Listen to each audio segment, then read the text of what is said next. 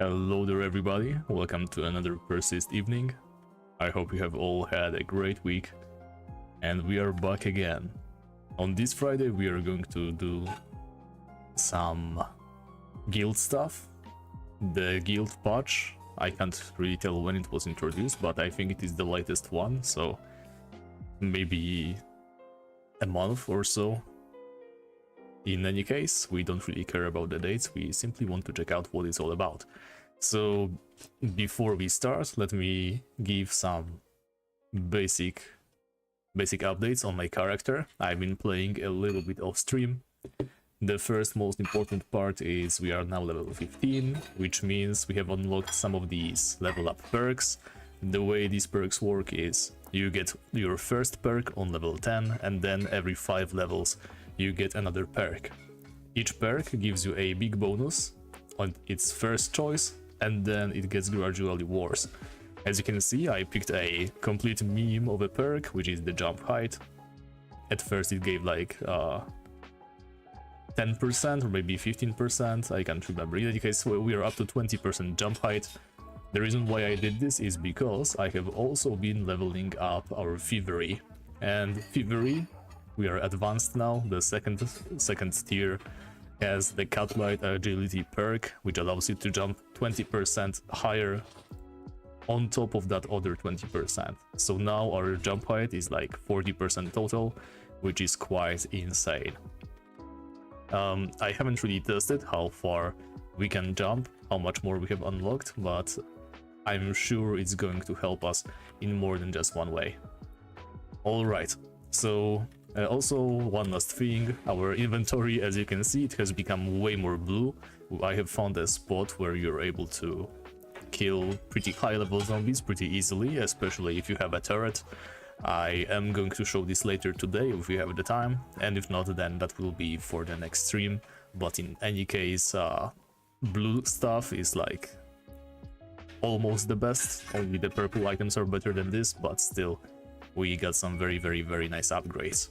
I am especially happy with these gloves over here, with improved reload speed and more accuracy for ranged weapons perks. In any case, today we've got Lorelei here helping us out with the guild content. So, how do guilds work exactly? If you're interested in all the nitty-gritty, you would have to go to the official page where there's a post explaining all this stuff, but a quick overview. You create a guild, I think it costs you some money, not a lot. The guild starts on level 1 and you can invite up to 8 members. Now, by upgrading your guild, by leveling it up, you can unlock more members. I think it's up to 50 total, which is quite insane. And the way you level up your guild is by completing quests. Now, every half an hour, new quests are getting rolled, so if you don't like the current quests that you see here, you are able to choose new ones. Now, every now and then you're going to run into a rare quest. We are very lucky, I haven't seen one yet, but this is what it looks like. It has a gold border, and as you can see, it has this yellow diamond over here. So, rare quests, I believe, have double the EXP, which is pretty neat. Alright, so the way you do this, you have to have the guild leader or the guild officer accept a quest, and then the entire guild has an, well, not very long amount of time, it's usually around an hour, to complete the quest. The quest can be anything, starting from woodworking, through killing zombies in an area, to killing specific types of zombies, or even mixes of those. I think I've seen already like this, right? 665 types of woodworking and 130 zombies in the Trapper's Grove. And why you want to get guild EXP, obviously it's for guild perks. As you can see, there's perks such as additional loot chance, XP gain, skill gain. It's all passive stuff that affects your entire guild. And when you're in a party with a guild member, you also get some flat EXP bonus, even if you don't have any guild perks. Alright, so that's about it. Let me just quickly consult with Lorelei. Do you want to try the golden quest? Some easy woodworking. We might make it in time.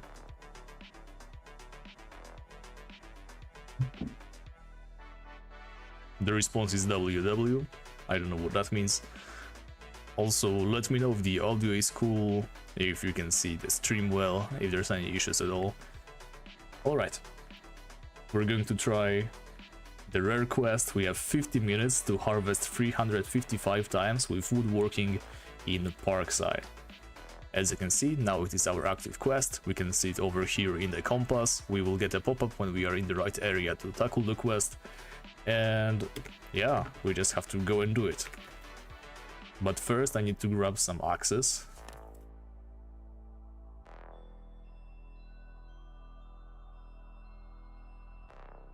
Right, so maybe woodworking quest isn't the most exciting to start the day with, but we definitely don't want to pass up on a rare quest. They're just that much better. Okay, so some additional notes about the guilds. You saw that there's perks you can unlock. Those perks can be reset at any time, so you're not stuck with the perks you have gained. If you don't like your perks, then you can always just select some other ones. Alright, we probably won't be collecting any wood, so I'm just going to fill my inventory with axes, and we are just going to prioritize the amount of woodcuts per second, I suppose. 355 is not that much, I don't think. And we are also going to be leveling our woodcutting as we go, so I'll be increasing the harvesting speed perk to maximize our potential. Oh, and as you can see, Lorelei has already gotten started. We are 9 out of 355. We have that little tracker in the upper right corner. I hope you guys can see it well.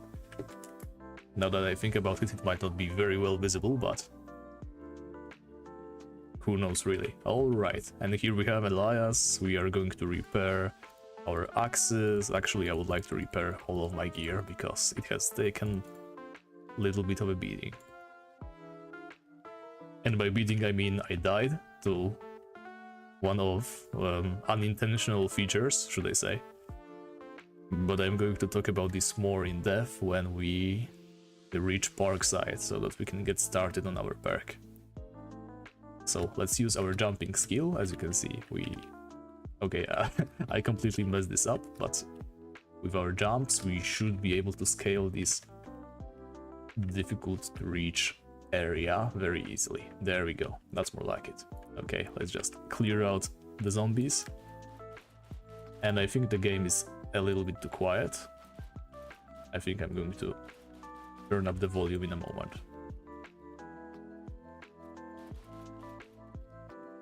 Let's go to options, sounds, yeah, just a tiny bit, and hopefully whatever is hitting us won't kill us that quickly. There we go. Okay, so now we are in the quest area. As you can see, the quest name is highlighted in blue in the upper right corner, which means we have reached the space where we need to engage with whatever challenge we've picked. But we need to also find some cuttable trees, which... There we go, there's one of them at least. Yeah, so this is going to be it for now, and oh, it was a single woodcut, wow. I am more used to trees, well, surviving a little bit longer, but we are just going to have to handle this.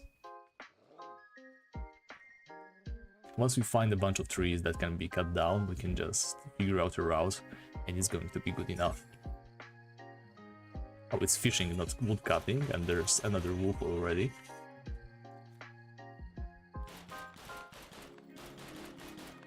And it's only low-level zombies, but there's so many of them over here. Oh yeah, Lorelei giving us a pro tip over here. We have the Sixth Sense skill, which allows us to discover all the nearby extractable resources, and it seems that there's a ton of trees over here. Very nice.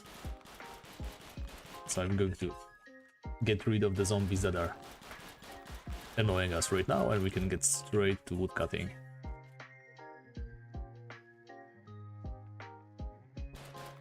And you too as well, because I don't need you to sneak up on us. And there's another one, okay. Maybe now we can... No. There we go. Okay. Now we can focus on cutting down the trees. So... Oh, okay, these three can be done multiple times, so let's just get into our woodcutting gear. And once we figure out how to do this, we can get started. Alright, so what you can see right now is something that I wanted to discuss.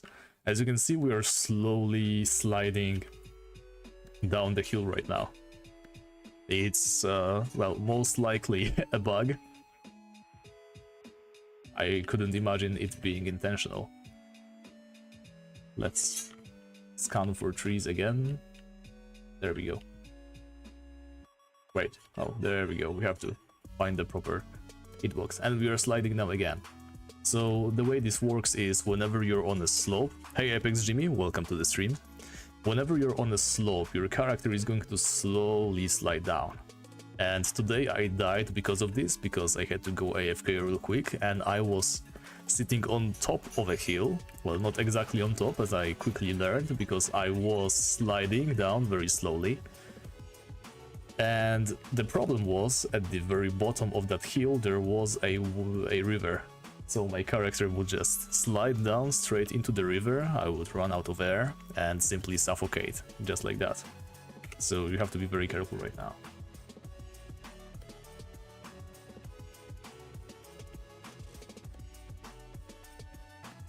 Hey Ken, welcome to the stream. Great to see you again. Alright, we're absolutely knocking those trees out. On the full backpack as well, so... Let me, while we still chop the trees, turn the sound a little bit higher up, because I think it's completely silent, and now the guns are going to drown out everything we do, but whatever. Yeah, I think I can vaguely hear the chopping sound over the music. Let me know if the mixing is good enough.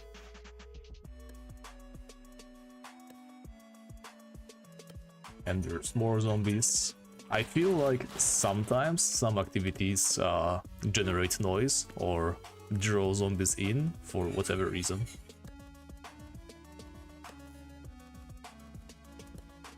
There's a policeman zombie. That reminds me, there is this one area. Well, we're not exactly going to hit maximum wood cutting, but we got a very nice rare mission from the guild system. Okay, and Lorelei over there with great news. The sliding issue is going to be fixed in the next update. Let's get to that guild chat instead.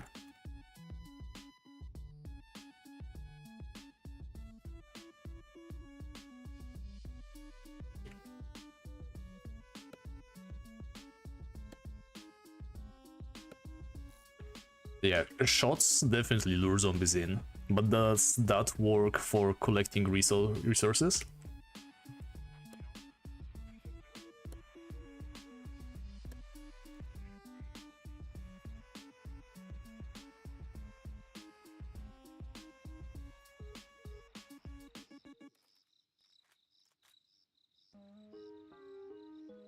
That's why you should use...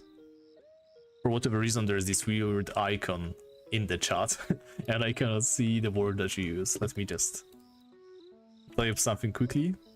You should use melee if you want to stay healthy. Okay, that makes sense. Hey Talrand, welcome to the stream. Well, the game is quite amazing, still very much in progress, but it's kind of drawn me in already. Just like right now, see? I don't think we should lure this zombie from such a distance, but it came over to us, and I suspect that's because we are chopping down wood. But then again, we just shot our gun, so more zombies are going to approach for even further away. Hey Brian, welcome, welcome. I don't think there's bows or crossbows actually.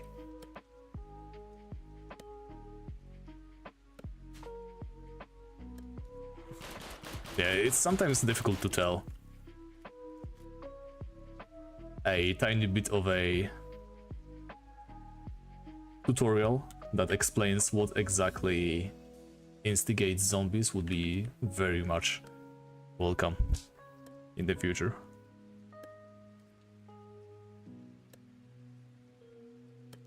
Alright, and we are almost, well, over a quarter of the way to the end of the quest. We are definitely going to pick up some extermination quest next. This is way too slow. I mean, it's very nice to do solo, but by solo I mean not on stream, right? Because gathering resources, as monotone as it is, I have come to enjoy it a little bit. You know, you can simply empty your head, move, find some safe area, move in the same way over and over for hours. That's basically what I did with thieving, right? As you can see, I am level 22 thieving right now.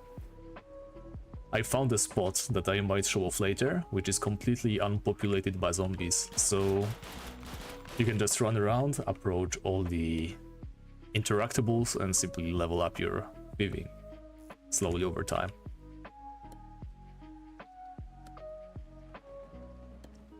Yeah, they get lured closer by sound, but what exactly constitutes sound in this case, right? Because chopping down trees logically should make a noise, but does it in the game? It's unclear, right? Does gathering all resources make noises? Is it just guns? Is there a threshold of how loud can you be? Are some guns louder than others? All this stuff.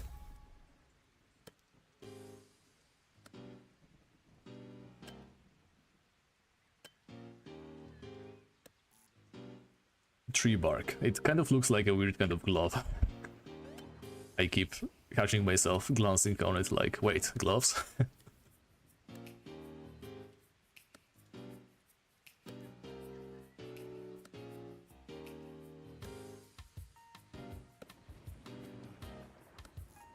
Alright, many different kinds of trees.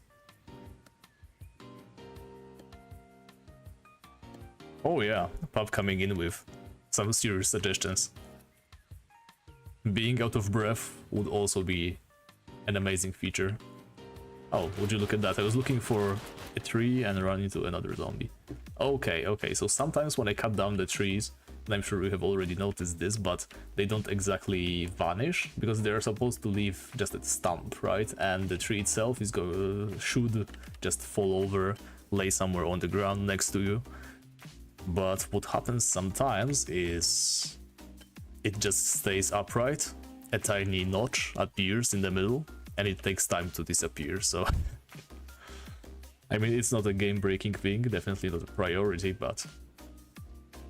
I'm also quite sure you're aware of this already.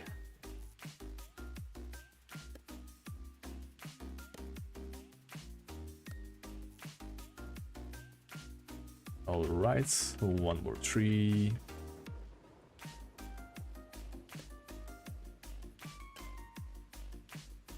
What is progression like for being a thief? Can you work your way up from parking meters to bank safes or something, etc, etc?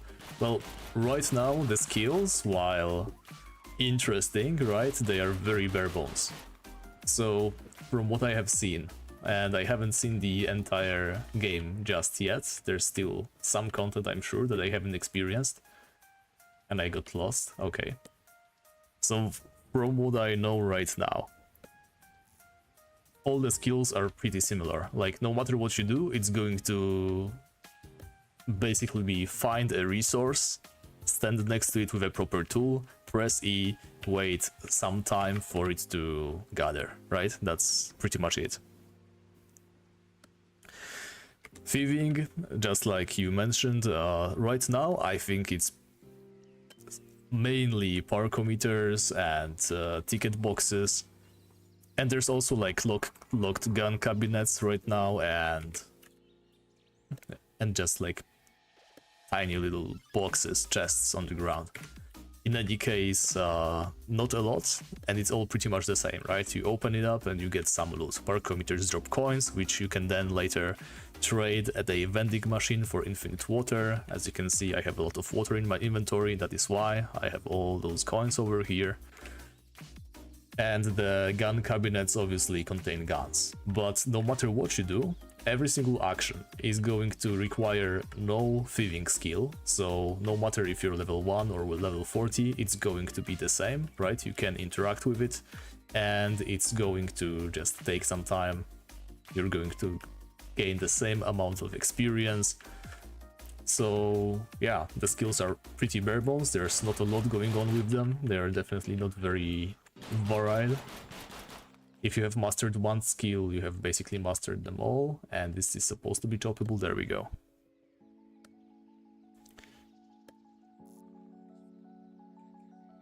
Yeah, exactly. It's like Pub says, right? Anything to kind of spice up the skills would be very, very nice.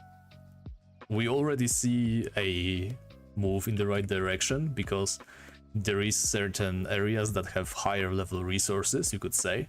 They're not exactly higher level because they don't give you more XP per gather, even though it would be logical to think so.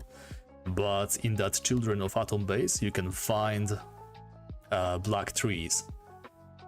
So it's a kind of out of the way area, but they take the same amount of time to gather. They're not exactly anything special. However, the resource they drop is way more valuable.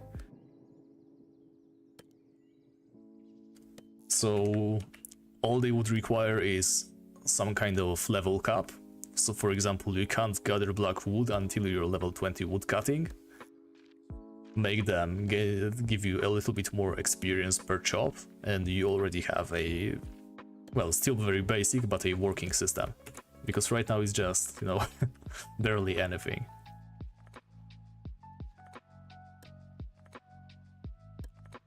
Yeah, exactly, black wood and tar, but tar is basically trash, I think. And keep in mind that the resources that you gather are going to play a bigger role once crafting is introduced, but in my opinion it's still not good enough. There's plenty of reasons to engage with the skills, because the abilities you unlock, right, they are insane, a lot of very cool stuff, I love every single one of it, but actually reaching the end game of this is very painful. Once you have done one skill, you have done them all, and if you don't enjoy very boring, very mindless content like this, the thing that we are doing just now, it's simply not going to be very fun. Nobody is going to bother with the skills. Which is a shame, because there's a lot that you can unlock by leveling them up. Yeah, I know, I keep talking about harvesting, but it is such a big part of the game. There's a lot that can be improved. I think the potential is right there. It's almost fun to gather them, but like I said, I did it a lot in the past versions. I am doing it now, mostly to show off some skills on the stream, and it's slowly becoming quite a chore. But like I said, I already gave you a lot of suggestions and feedback on this, so maybe I shouldn't continue this topic at all. It might get annoying, right? Oh yeah, mining is also pretty good for money. Yeah. Coincidentally, in that same area where you can gather black wood, there's also like ore, where you can get lead and copper, I think, can't remember. I went there once with a pickaxe and it wasn't anything too special, you know, just saw what kind of resources you get and I moved on.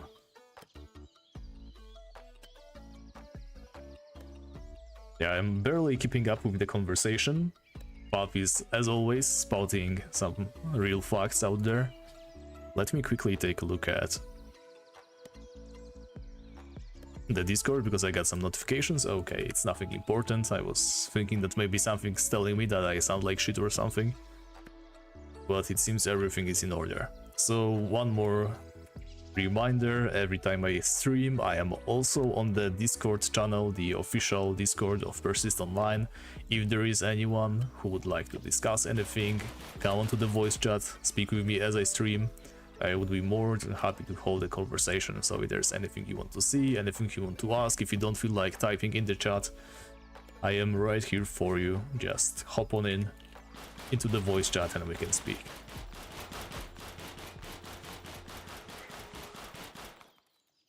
There we go.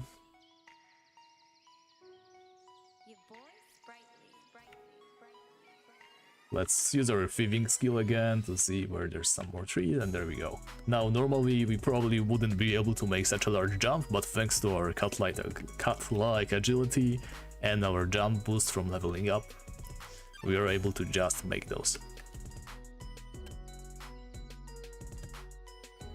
Thanks, Brian. I'm yeah, very starved for compliments, so keep them coming. Just kidding. Oh my god, Stefan, you're... I love to hear that. If you're... Well, like I said, I don't want to continue speaking on the gathering topic. I think I've already pretty much tired this out, but if there's something coming, then I would love to see it. The only thing I am dreading is, you mentioned that as soon as crafting comes, there's going to be a reset, and yeah, just after I spent so much time leveling up my skills.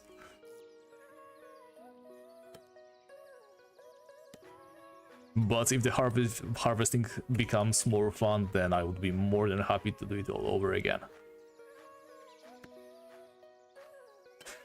Alright, Daryl, thanks very much for coming on and have a nice gaming night.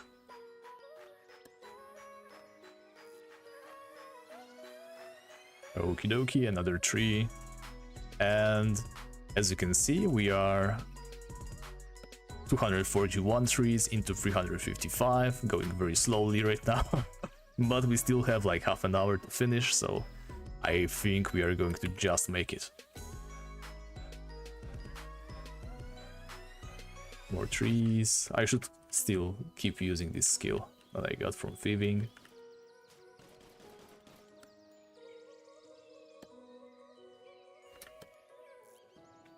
Oh, I just got something interesting. I didn't see this one before, but I didn't see what it was. Some kind of a bottle. Let's keep our eyes peeled, maybe we can see it again. Right, so one important thing to note about the guild system that I already noticed. It's very nice that it has you exploring different areas. You know, even if you're not really into single player quests, because the quests are mainly there to increase your reputation with certain factions, I believe. So if you're not really into that, which is understandable, I mean, I rarely bother with any factions in games, the guild system is still pretty much a huge incentive to send you into different areas. Just like right now we are woodcutting in a place that is basically not optimal for woodcutting. Because if you want to level up your woodcutting, you should either go to the black trees, right, over at the Children of Apocalypse or whatever they are called, or otherwise you would stay in Junction, somewhere where it's safe. There's a lot of trees there, you probably never need to leave the main city, and you can still level up your woodcutting and other skills very easily. But with the guild system that specifically said we have to go to Parkside, even though there's some annoying zombies around, we still are very much incentivized to woodcut in an area that normally probably doesn't see very much woodcutting action at all. So yes, very nice. And if you consider there's going to be multiple guilds, there's going to be people competing over resources. Like, it's just me and Lorelei right now, and we are still running into each other and taking each other's trees. Now imagine there's like 3, maybe 4 guilds of 10 people who have all gotten the same quest to woodcut in this same area, and they have an hour to complete this. It's going to create some very nice natural conflict. It's going to, you know, add some PvP into the mix maybe. Or perhaps guild alliances and merges. I am really looking forward to see this with a lot of players.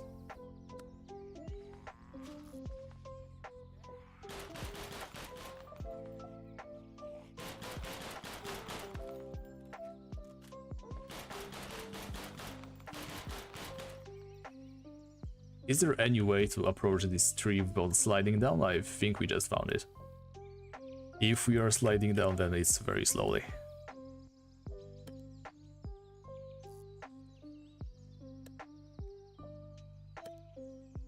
Okay, we're a little bit hurt, so let's drink our water. They're pretty much an infinite resource. When you have leveled up your lockpicking, I mean thieving, is it thieving, is it lockpicking, whatever, the skill that we have been doing, to a reasonable amount, like even 10, you're going to end up with so many coins. And every single coin is a bottle of water. Every bottle of water is like $5, I think, so you're just literally printing money like this. Though it's still way better to keep them for healing. Food is very, very potent like that. You regenerate at least 100 HP as soon as you eat something, and then it continues stacking that 60 HP over time for a minute. Very, very nice.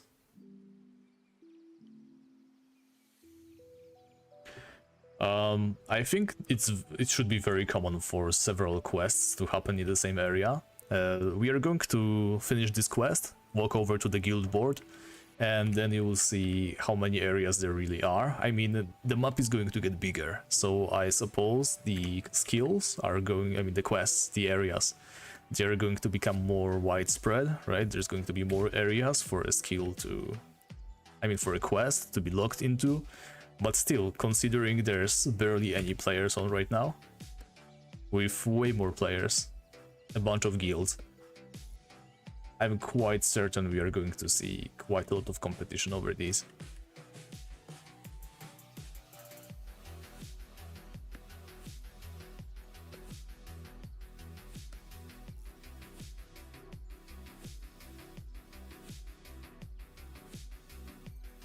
How do I go back to the public chat actually? Slash global? Slash G again? No. Do I just press chat? No. Slash public? Let's go to help first.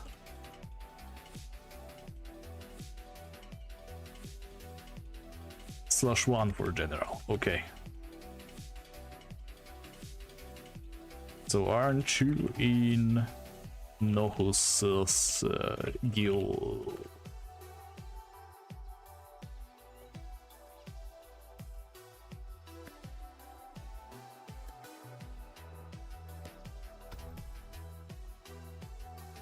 Yeah.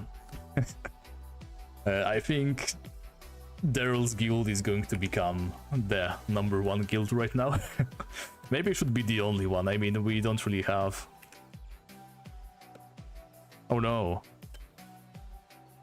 I forgot about that, but yeah. I think I remember reading in the notes that you need 7 days to rejoin a guild. So we can try, but it's very possible that it's...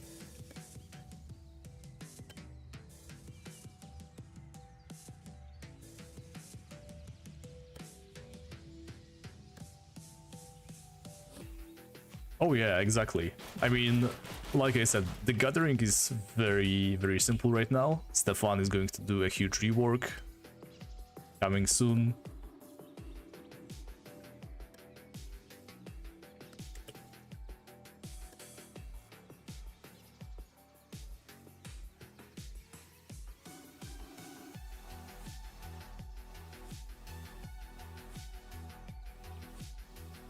Sorry, I'm just typing right now. Hopefully everybody can read.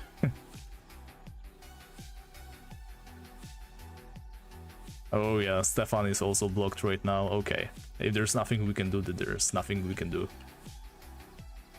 Alright, and we are almost done here. Only 30 more trees and we should be good to go. But back on what I was saying before I interrupted myself and lost the train of thought completely.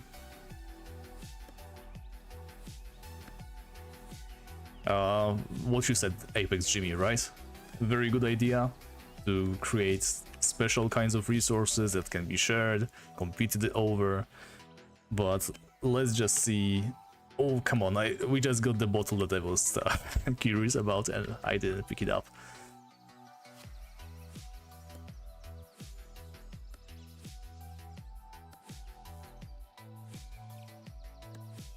Yeah, let's just see where the gathering rework takes us, and then we can give further feedback based on that.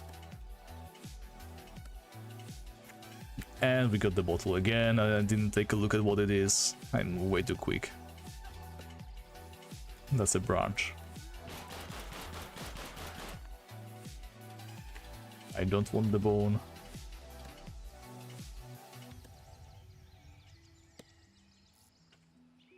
Yeah. Sorry about that, pup. You shouldn't have joined an inactive guild, I guess.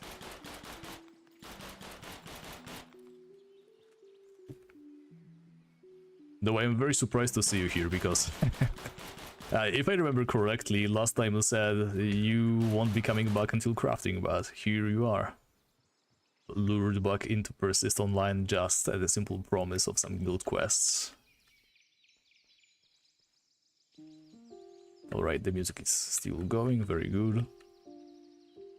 And I'm still looking for trees blindly, while I can just press this, and there we go. Here's a tree we can cut down. 20 trees left, something is hitting me. Let's just finish this tree over here. Yeah, it's a shame you can't join us today. The 24-hour... I mean, no 24-hour, it's a whole week grace period before joining guilds. I mean, I guess it makes sense, you don't want people hopping too often. Actually, yeah, Lorelei is telling almost the truth, right? You could create a random account, we could set you up with some basic gear, and we can just run around, slap stuff.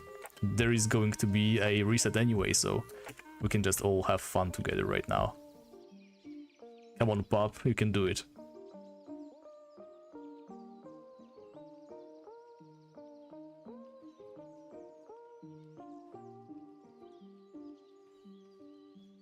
I mean, I think in Persist Online, the zombie virus has only affected humans.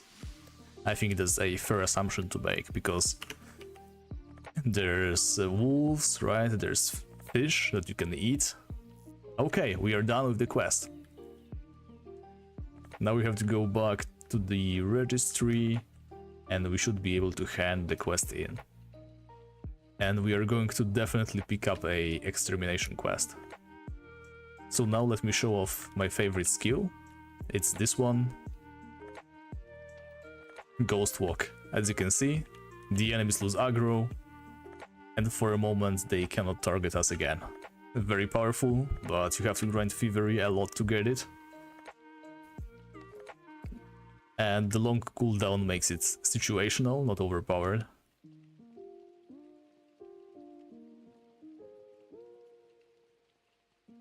Alright, let's take a look at the quest. As you can see, we are able to redeem it. We just got 375 guild experience.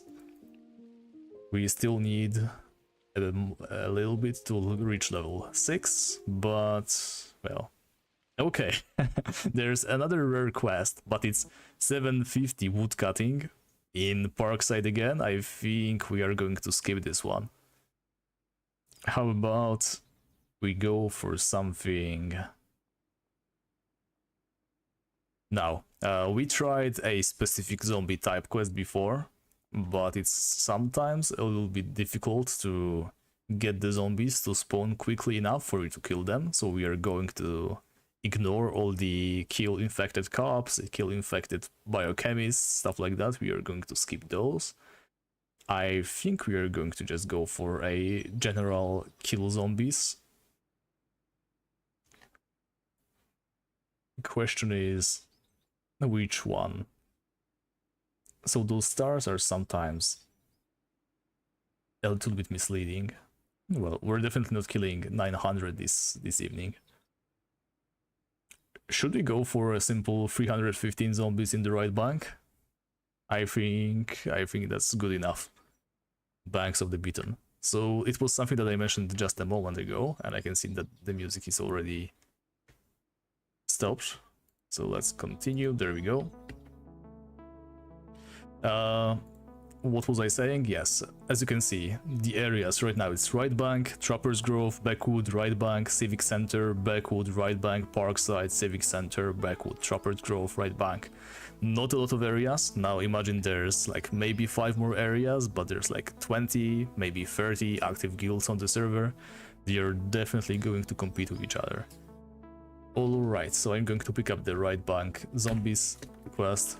I think we did it once before and it was pretty fun, so let's get going.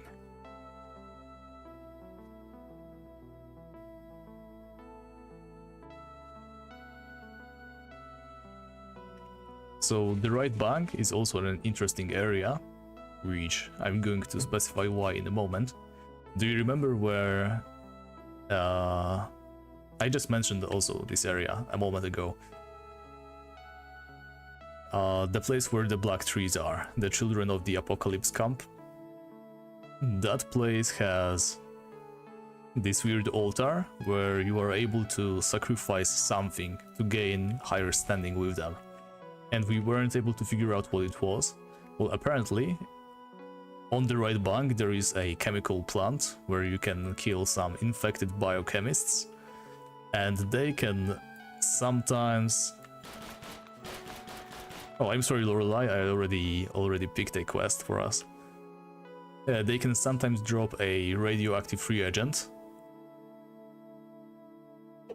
Yeah, I know about the slash hoop thingy, and as you can see, it's just the 3 of us right now.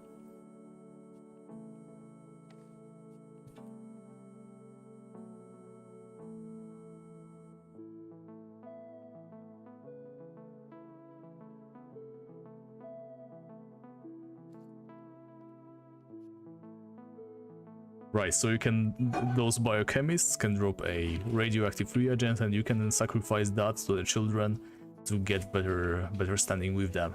So once we are tired of doing quests today, we might go ahead and just sacrifice our loot to them, if we loot any of those.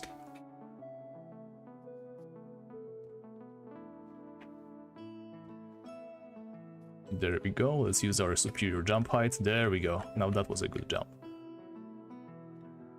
Okay, there's a lot of guys around here, but we have a powerful weapon, namely the turret, and let's see how well we do against them.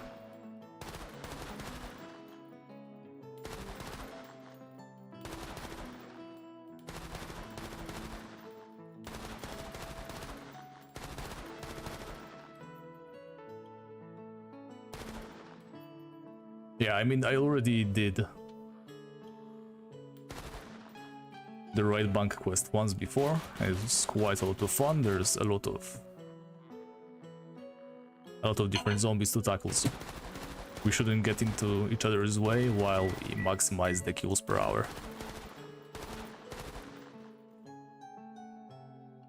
There we go. So the green zombies has the long range attack. We already learned that on our second stream, I think, when we were looking for something from the Vilest questline. I think it was seeds or something. Alright, now we are going to mainly prioritize looting the biochemist zombies. Like I said, we want those radioactive reagents. Other than that, I don't think we can loot anything too good over here. Oh, and we still have all those axes. I think I'm going to just throw them away. We don't need that many, and I know where to get way more. So let's just say goodbye to them, let's get rid of our twigs and stuff, and...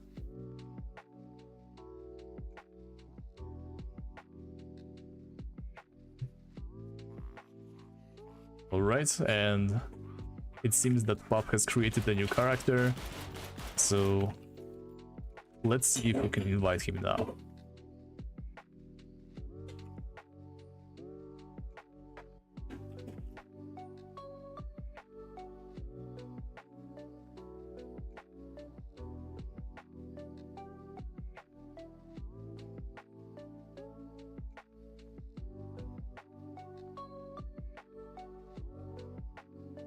Yeah, sorry, I am typing and not speaking, but... Yeah, so So basically Pop just created a new character, however... Oh, a green combat knife, this might come in handy sometime. Yeah, so there's like two systems in the game, right? There's your character, and there's also your squad. Your squad can contain 3 characters, a squad shares. So your 3 characters in that squad share the storage, the bunker with each other, and with that also research, obviously. And if you invite someone to a guild or to a party, actually we forgot about the most important thing. We should have formed a party. Wait, what? Oh, right. I just told you why and it doesn't work. You're supposed to invite the family name, not the character name.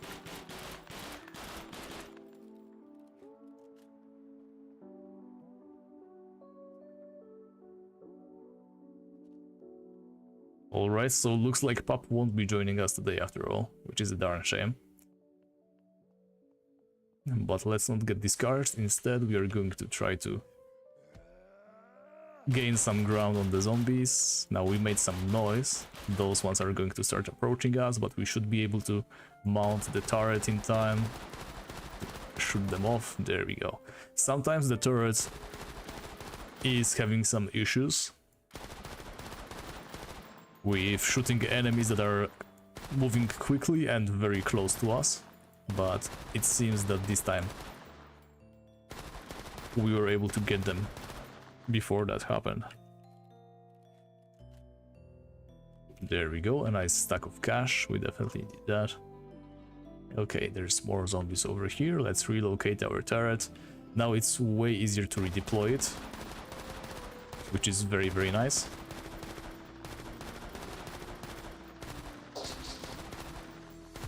There's a crawler, there's those zombies, have to get the side dike before it starts shooting at us.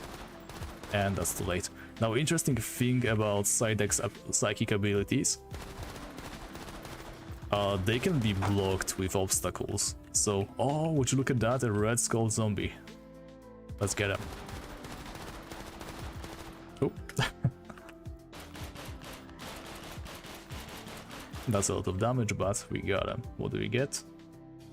74 bucks. Very, very nice.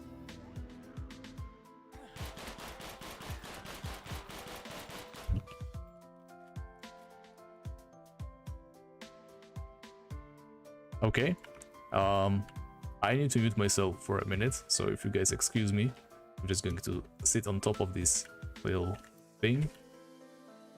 And I'll be back in 5.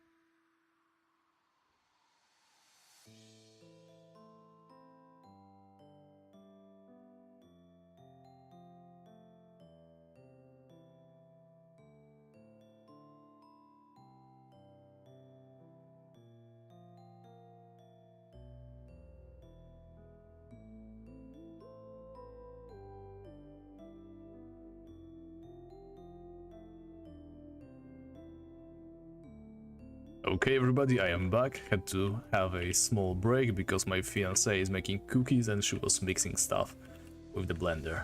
And now she's jumping up because I mentioned her. And now she's threatening to kill me, so let's drop the topic. Okay, so when doing these quests, I used to plop myself down over here. Let's see if this still works. We should be able to pick them off from straight ahead over here, right? There's some respawning. Also on the right side, just like this.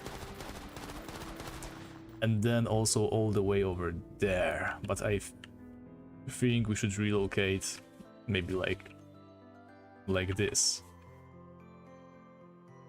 That way we should be able to see more of them, but they aren't respawning as quickly as I had hoped, so maybe we should just use our regular gun instead of the turret all the time. I guess that could be fun as well. I mean, the turret is very strong, but not being able to move around with it is a huge downside. And there's a lot of areas where you can simply use it, but there's also a lot of areas where you, no matter what, cannot put it down. Especially where there's like tiny slopes or on tops of cars, roofs especially. Not being able to place the turret on any roof is quite annoying. And I mean, it's quite cheesable as well, because being able to place the turret in too many spots probably makes it broken, right? Because you can just climb on top of an area that no zombie can reach and you get to just shoot away. But keep in mind the zombies are going to approach you, so you won't be able to kill zombies that you are not equipped to kill anyway, since the turret can't exactly shoot straight down. So if they hug the wall just like next to you, well, I don't know. It's definitely a matter for balancing. I am also going to show later today the way to the observatory and how you can use a little bit of terrain over there to kill the endgame zombies with a turret very easily. So I guess that invalidates what I just said, but that's just like one area out of many.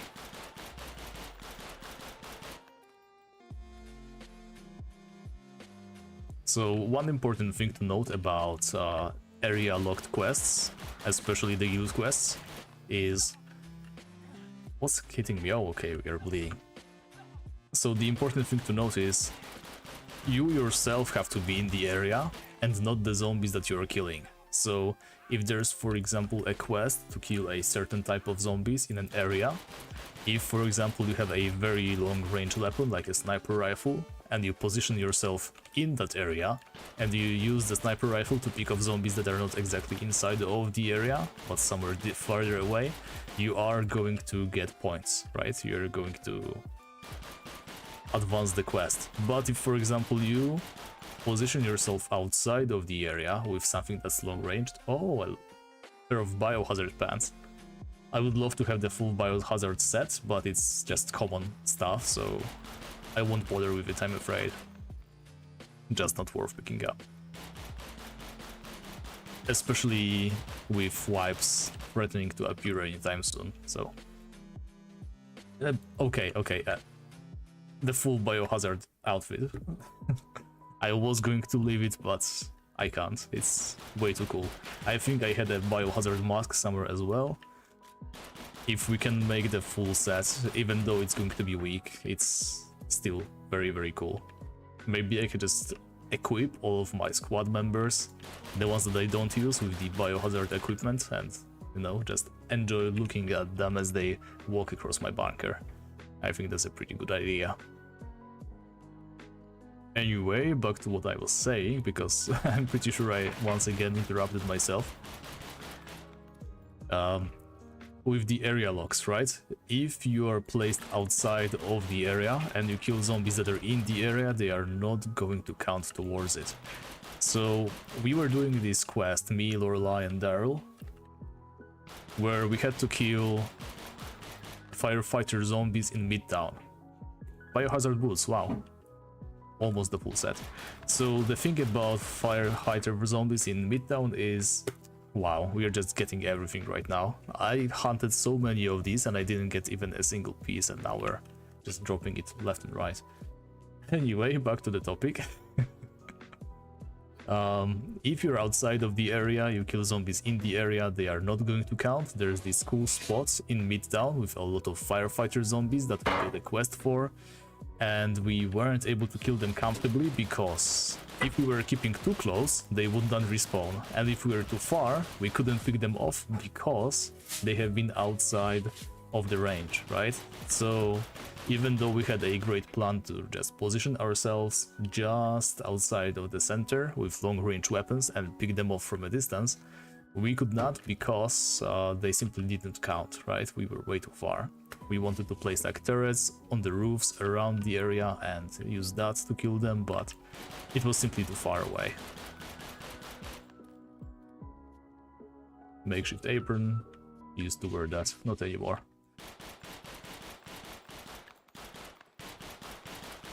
There we go, more biochemists. It's actually a good thing that I can finally exercise my rifle skills because... Oh, a better biohazard suit, now that's something. I'm definitely taking the better one.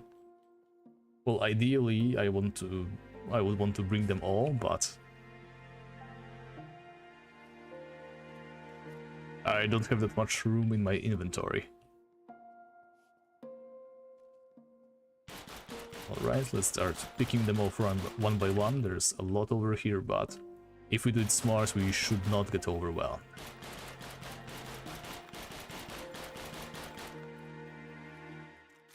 Now this one can give us debuffs, so let's use our debuff blocker. Very nice. Now we can hop onto the turret. Hopefully it doesn't disassemble on us.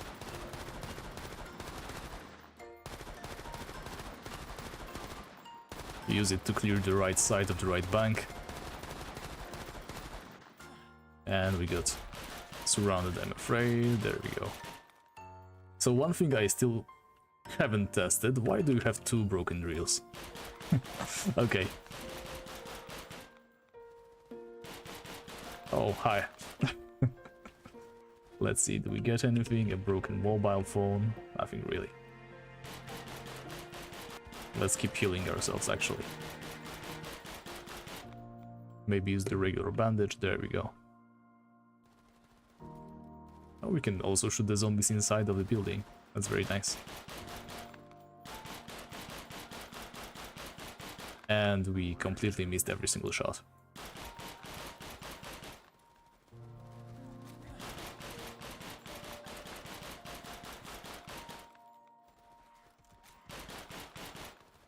Very nice, and these are respawns, so let's hop onto the turret.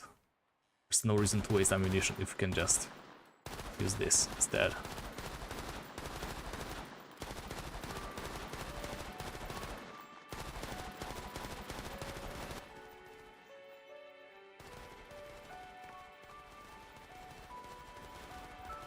Nice. So Jakub has become our guild member sometime this week. Maybe he can join us on in the hunt. That's going to make things way faster.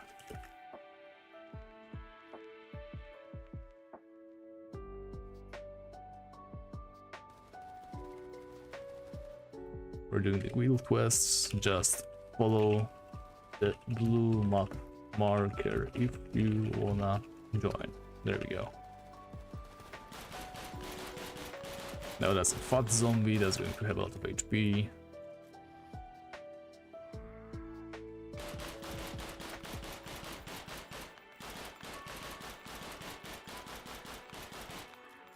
And that's a retreating biohazard zombie for whatever reason. I did not expect to see that here. I feel like, considering the retreating mechanic, right, was introduced to avoid people from luring the zombies too far away from their original spawns, I feel like we are seeing way too many random zombies just running away, even if we are playing legitimately.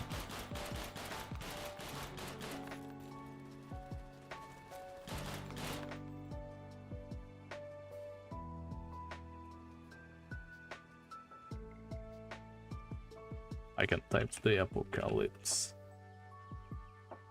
There we go. One more party member. And that's all the more EXP. Thanks for the tip.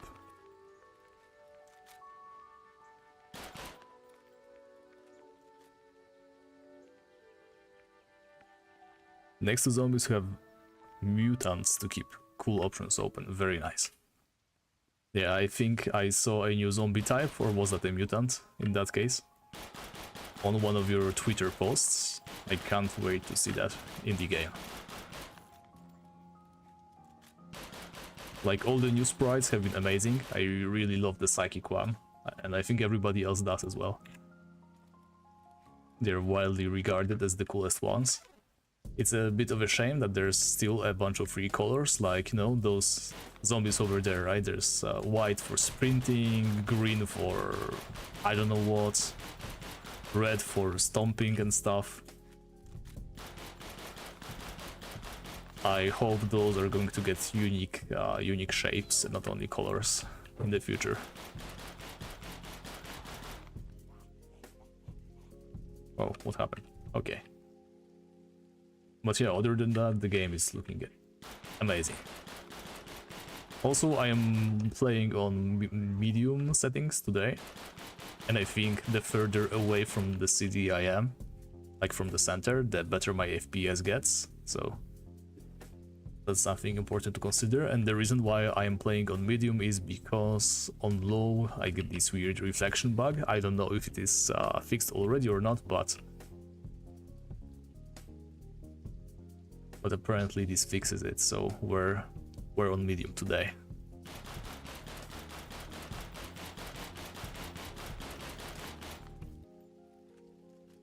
Okay, on the map we can see where everybody is, and it seems we're all like just around 100 meters from each other. I don't know how close you have to be to enable the party XP bonus, but I guess the answer is closer than this. You can actually see when the bonus is active by an icon that appears in the upper right corner. So I just have to keep an eye out for this. Oh, and there we go. I think someone is within 70, 80, 85, 90. And now we're, yeah, around 90, and we can see the bonus still. Let's take the cream soda, drink up, heal ourselves a bit. And I think we got slowed. I wonder if Ghost Walk, yes, Ghost Walk is going to fix that too. I don't know if I was able to show off this skill yet or not. I'm having a tough time remembering this, but with the Ghost Walk, let me quickly show it to you actually. Thieving skill from advanced tier, ignores negative movement speed, pacifies targets, unable to gain aggro for 5 seconds. Very, very powerful. Usually when you break a bone due to jump height, exceeding your jump height resistance, whatever. Basically if you fall from too high, you're going to break your bones, which inflicts a slow for like 5 seconds. Having Ghost Walk basically allows you to offset that, because it also lasts 5 seconds.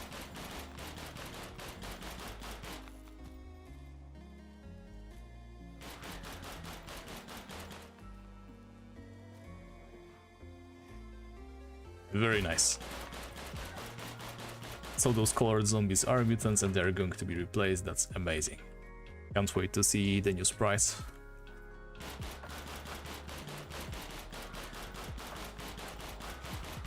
There we go. And there's Psyducks coming at us from all sides. We should actually try to eat something. Reload, hide behind a barrier so that the shots don't reach us. There we go. I think I just mentioned this before, but I'm going to repeat just in case. The psychic attacks are actually a projectile, so you are able to dodge them. Another biohazard chest, wow.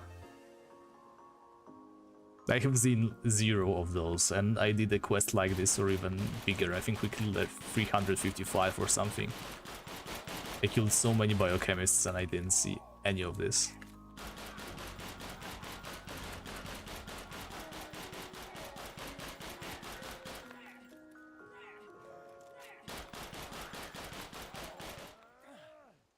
Oh, let's cash. Definitely want that. I should also try to heal a little because we're losing a lot of blood. That's the biohazard chest. Lovely. And we have a boss zombie over there. Now, an important trick I learned recently, the hunting skill, the one that gives you, I have it on number 6, it gives you higher critical strike chance for a moment. It also works with the turret, so you press 6, you mount the turret, and for a moment there, you're going to be doing pretty much only criticals. Very, very strong. And 74 cash. I have yet to loot anything of value from a... Ooh, a green biohazard gas mask, let's go. We have almost the full equipment. That's going to look so good. I think we are only missing what, gloves? I guess gloves. Let's actually sort our equipment a little. There, now we should be able to fit gloves. We have boots, we have wrists, we have this. Oh, there's also shoulders, I suppose. There could be shoulders, at least. Not a guarantee by any means. Okay, Jakub is looking a little bit hurt. Hopefully he doesn't die right here. 40 HP is not a lot.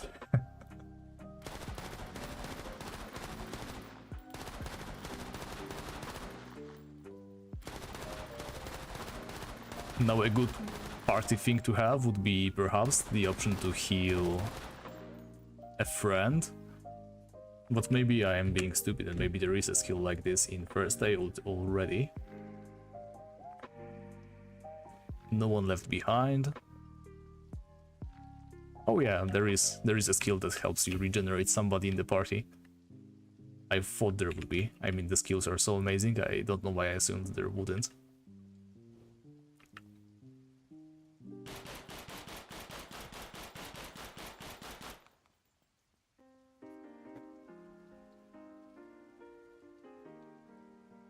I should move to party chat. Yeah, almost done. So let's be hip like this. All right, more biochemist zombies over there.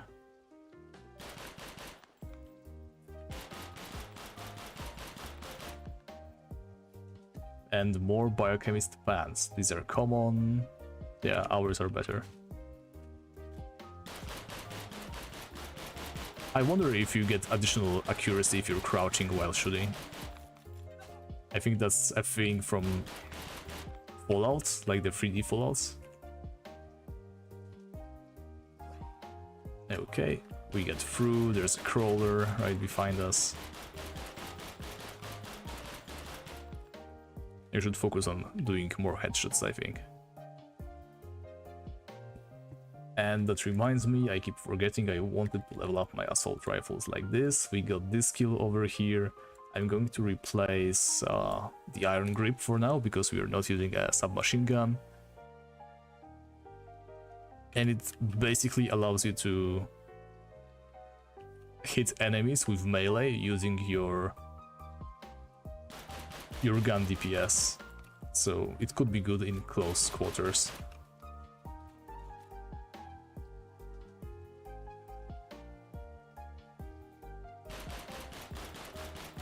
Also, don't forget to eat. There we go.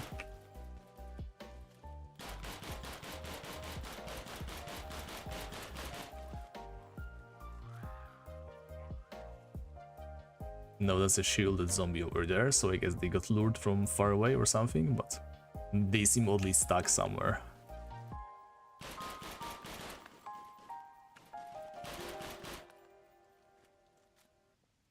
I wonder what are the rules behind these zombies, like losing their protected status.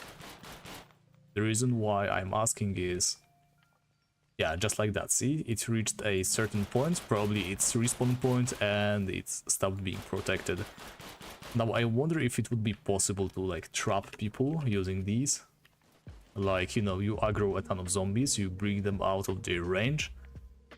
Some unassuming player enters an area that seems oddly unpopulated, and just in a moment later, a bunch of zombies approach them. They all have shields, they cannot be stopped.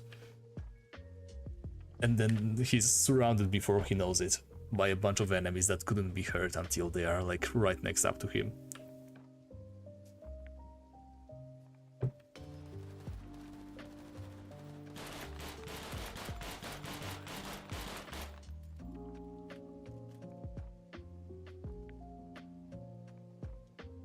Yeah, so we're getting a lot of armor pieces today, but none of the reagents that I mentioned.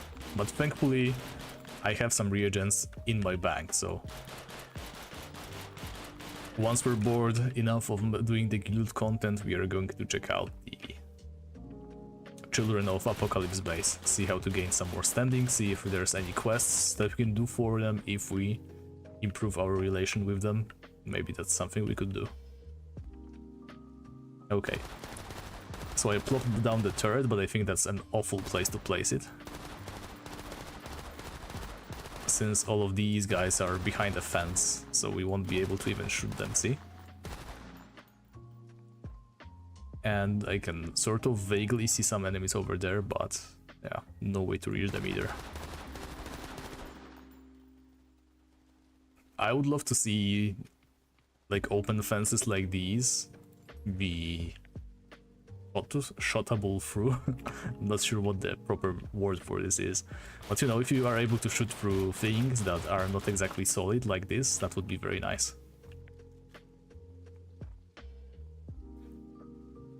And I guess that brings another problem which many of these games have, such as what exactly should be possible to shoot through and what shouldn't, but maybe let's keep it very simple, right? So open fences like these.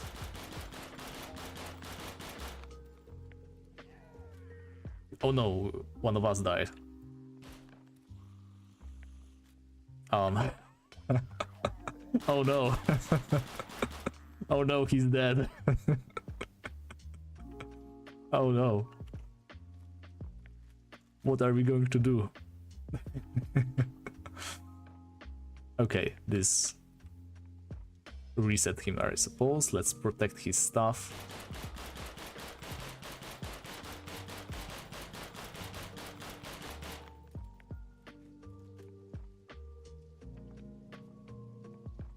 Okay, that's the cat ears cap. Yeah, let's just camp this area a little.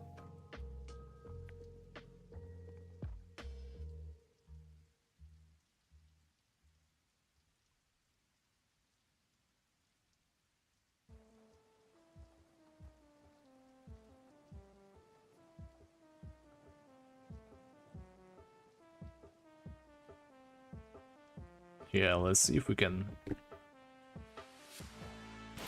shoot some zombies from over here, I was supposed to say, but the zombies started shooting at me faster than I could.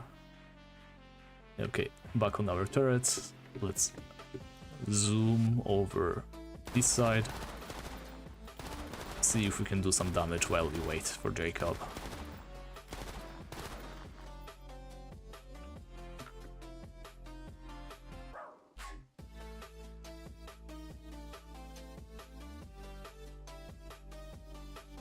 Now, I'm not sure how fast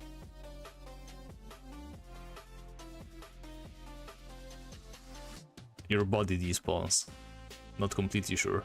I know that we had an issue with dying at the observatory, which is a very far away place. We might go either later this stream or next week. The problem with observatory is the path over there is very long. And if you die over there, which is very likely because it is a high level area, you are most likely not getting your stuff back, because your body is going to despawn before you can get there.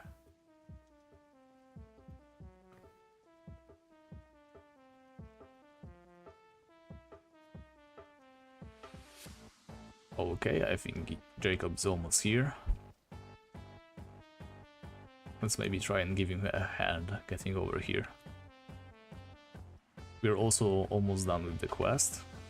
Let's use the opportunity to train our thieving a little. I'm definitely not done with that skill. There's one more passive that I really want to get. Wait, where is he? 100 meters that way.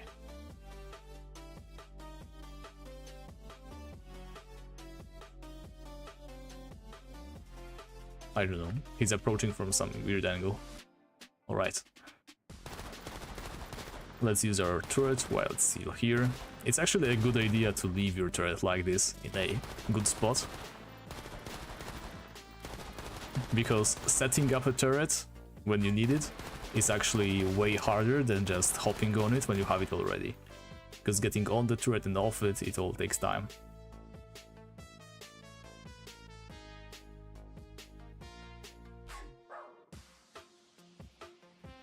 So by cutting down the deployment part, you get to position yourself quite well. Alright, I just unwittingly wasted a lot of stamina, but let's stand still. There we go. With this we are able to replace our turret. Okay. Hopefully nothing gets us from behind. What is that? Some random zombie just sprinting. Full throttle. Oh, there he goes. So sometimes they don't approach you from the front, they like to go some weird convoluted way.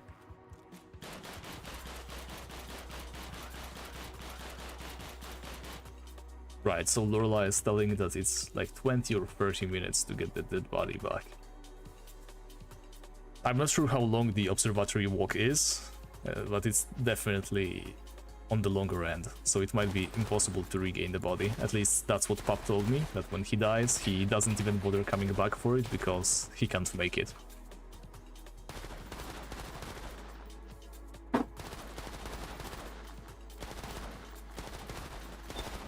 There's a lot of zombies over there, but because of all those metal struts, we are having a tough time reaching them.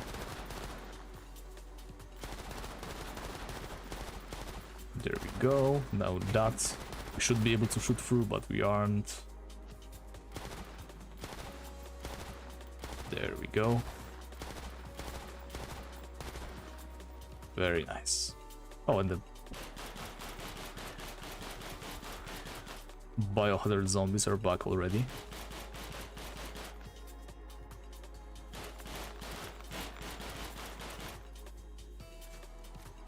Let's drink the water.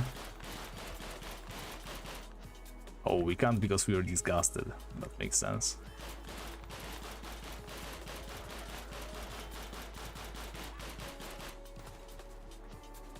So disgusted debuff is what killed us for the first time on this character, and it basically makes you unable to use any healables like food and medkits or whatever. Very, very strong. Definitely don't want to find yourself on the receiving end.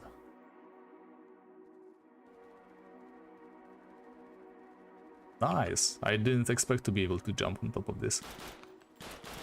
But the jump height bonus is doing its work.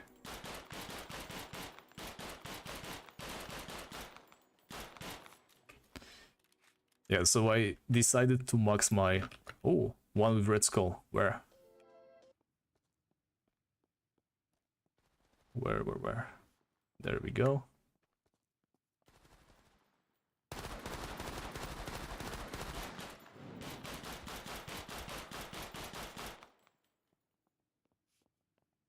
And somebody snatched the loot. $325, so again, just money. Okay, and the music is paused again. Thankfully I got it straight away, I think. Let's replay the playlist, and we're almost done with the right bank zombies.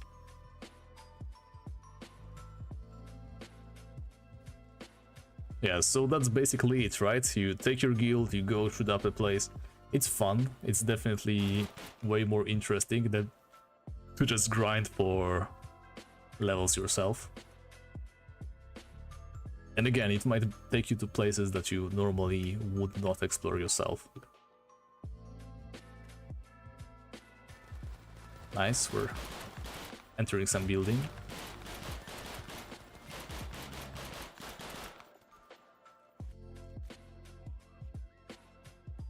Haven't really been here before.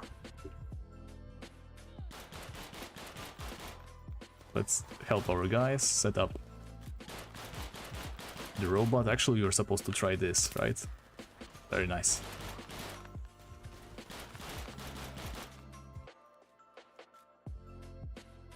Okay.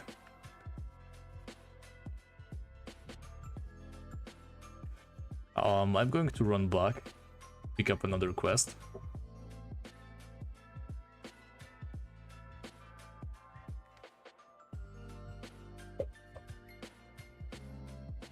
Let's see what they have for us.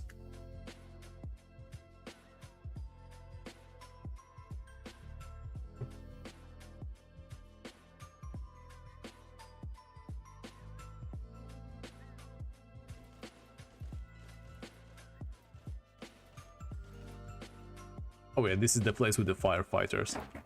Basically, very hard to do this in a group because you keep blocking the spawns for each other.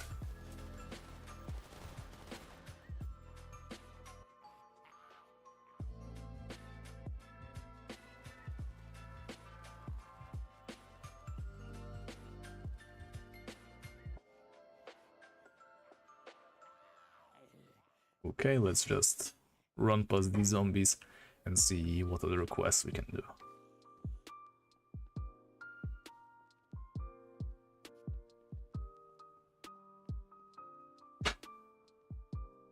Now, which way was it? I think it's straight ahead, like this, on the other side of the diner.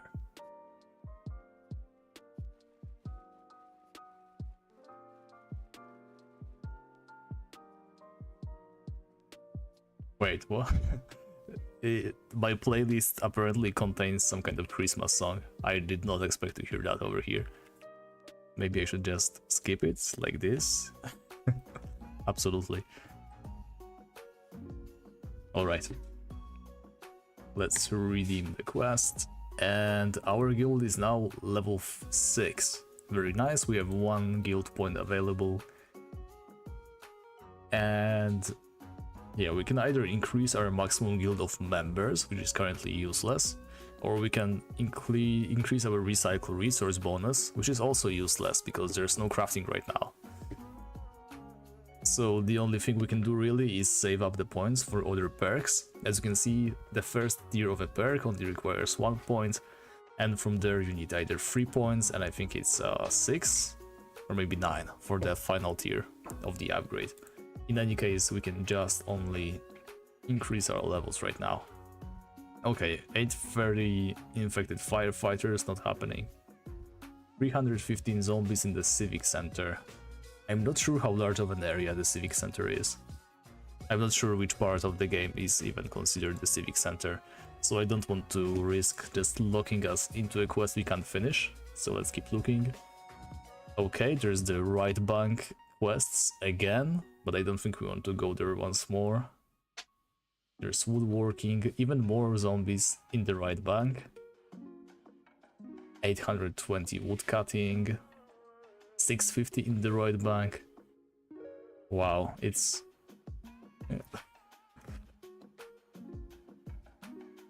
yeah, they're all bad. It's either right bank again or undoable healing stuff.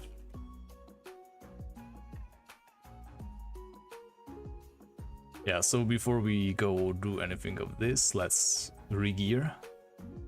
We got a lot of stuff in our inventory, so we definitely want to leave that.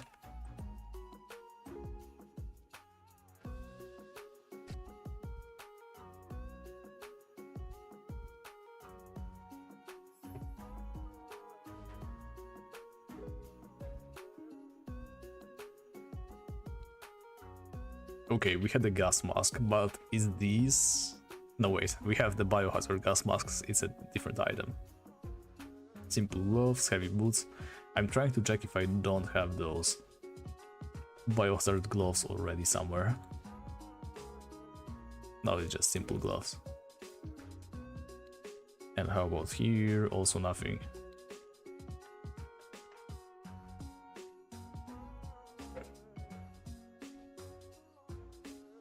Okay, let's place this stuff over here.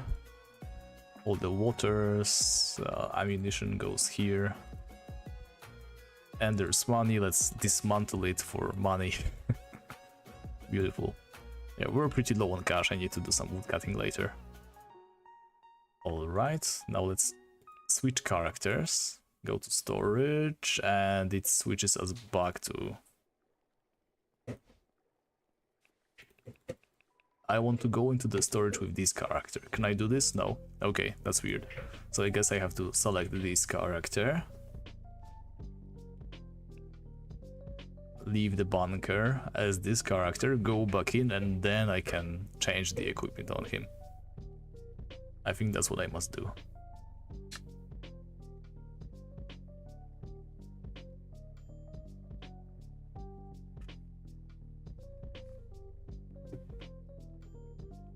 And straight back in, and we should be able to do this.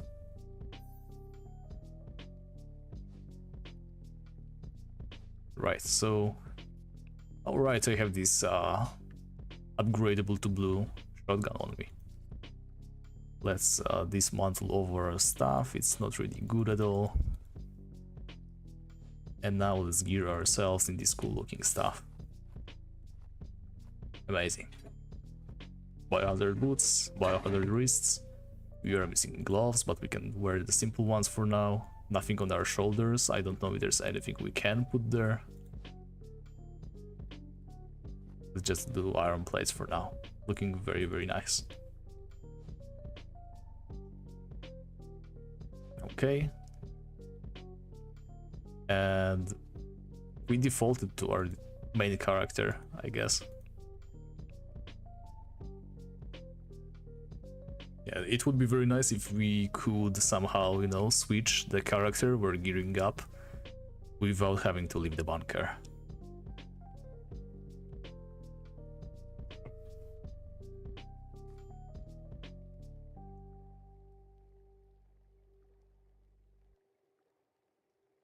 Yeah, I think we have enough stuff to clear one more mission. Maybe we can hit level 16.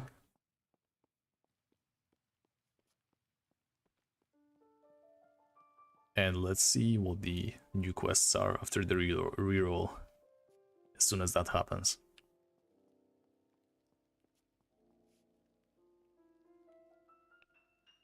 Rerolling in 2 minutes 30. Okay, we have a moment, so why don't we just use this time to level up our lockpicking a little bit. Never enough lockpicking experience. Okay, these are already dried up, but there's some parkometers just outside the city.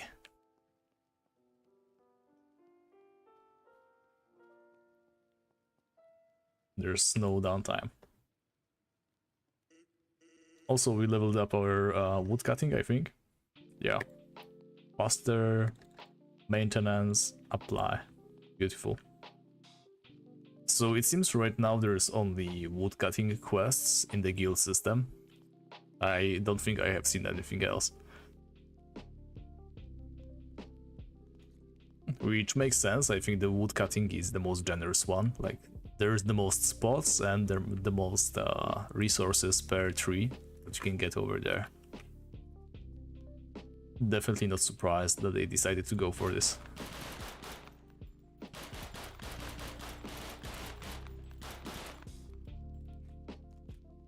Now there's one more place that I discovered recently. I don't know if I have shown this on stream before or not, but when going for the basic outside of the city PvP route, right, you do all the parkometers, of course. I think I have shown this on stream before, but this is the part I might have not shown yet. You can enter this building over here through the window. Actually, I'm having trouble with that now because my jump height is too great for this. Wow, I don't think I can get here anymore. Okay, we did it. Very nice. In this desk, there's a lot of interesting stuff always, but what really matters is this. It's a lock-pickable weapon cabinet, which you can open. And we got some more ammunition this time.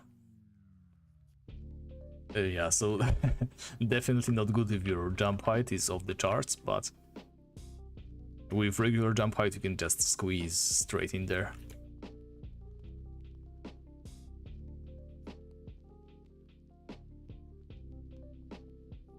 And let's see how the quest's looking. Perfect. 10 seconds left, we can pick something else, as long as something good enough appears.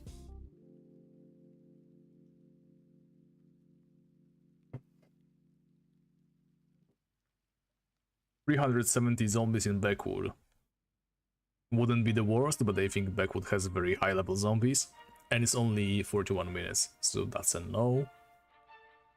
360 in Midtown. Now Midtown is low level zombies, we can do this one. 755 in Parkside, that's way too many. Harvesting in Parkside again, no thank you. Biochemists in Right Bank. Trappers Grove zombies. How about...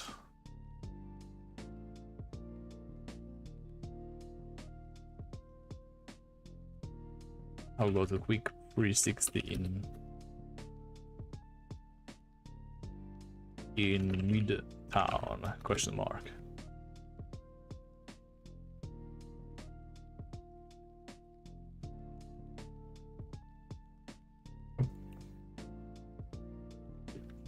So Midtown is a low level area just outside of the junction. The firefighting station counts as Midtown. The hunting shop just outside also. So it should be quite a nice fun area to clear.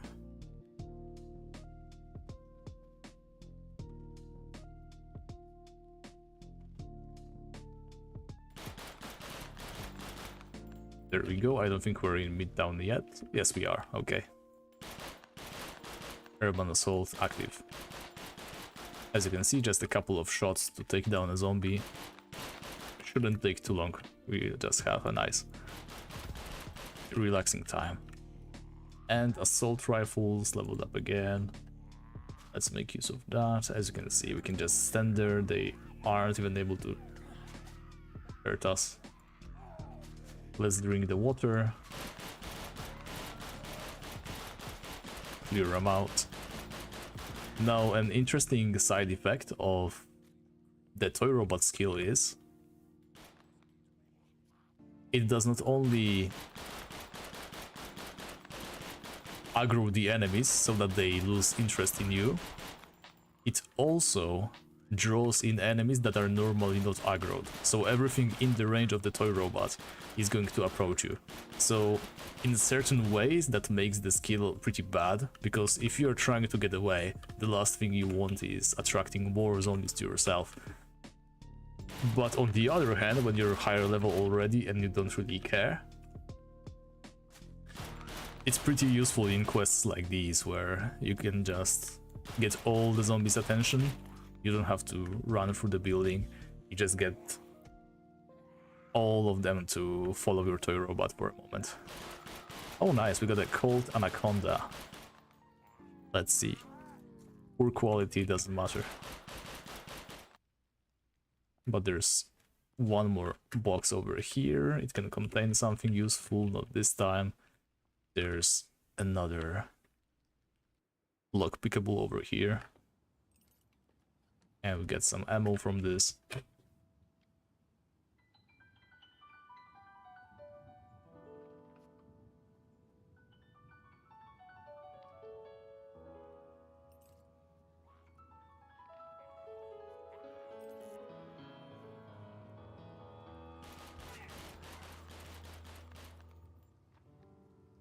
Sorry about the sudden silence, I was given a cookie.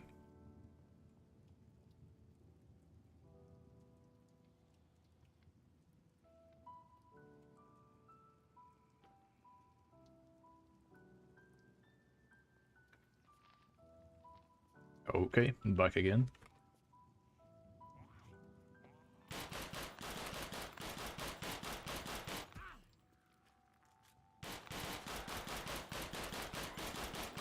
Very nice.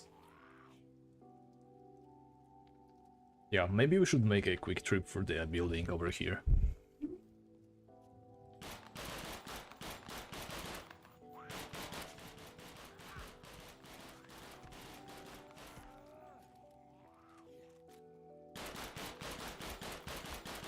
I think the entire firefighter station has a lot of zombies inside, so we should definitely make use of this. And a lot of zombies outside apparently as well. We're getting absolutely swarmed over here. Wow, cinder block chip and brick chip. Why does this firefighter have all this junk? Construction debris.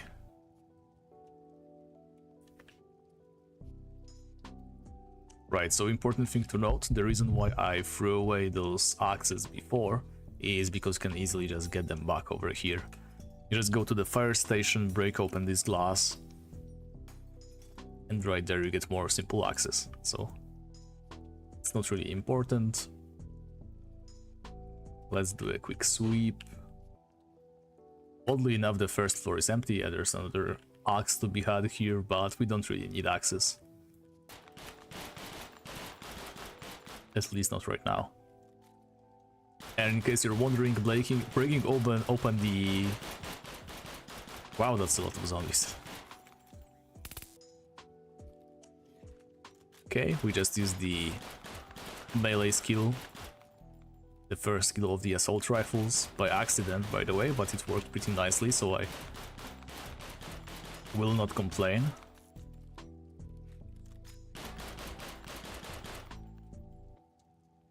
Do we get anything? Probably not. I guess I'll just keep shooting.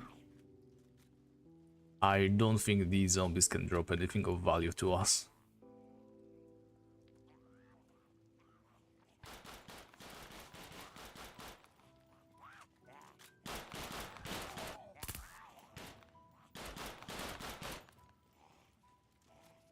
Right, so this skill not only paralyzes them and deals some damage, but it also knocks them back, which is very, very useful. Okay, this is the roof, and just as I expected, there is a nice special zombie over here with a skull on his head, and he's dead. Let's see what we got. I kind of hoped it would be... I think this was it, right? Just 53 cash in a book. Yeah. Well, can't complain. Money is always useful. There's way better ways to make money, but getting some money where we are not making it at the moment is always welcome. Run back down the stairs. And we need to get on the other side of the building. Hey Lorelei, we just cleared the building. There's no need to go upstairs. I guess he'll find out.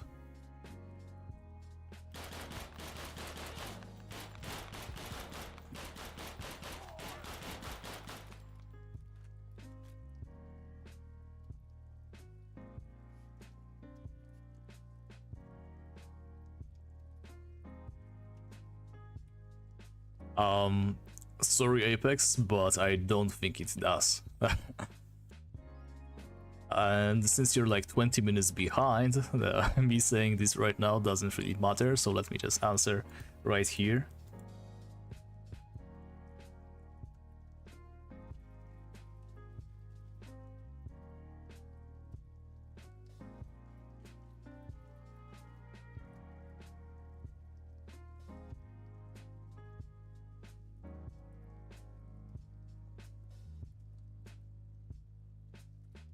Yeah. It doesn't, it should. I think it will be a nice idea. Maybe that's something for a future update. Having the full biohazard gear does sound like something you would want, right?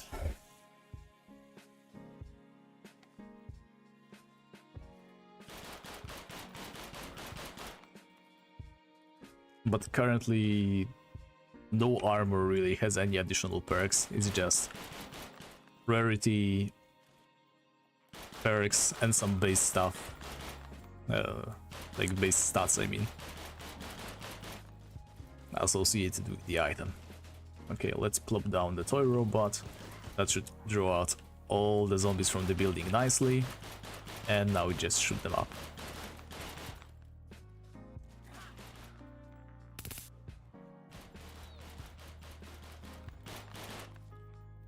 Very nice.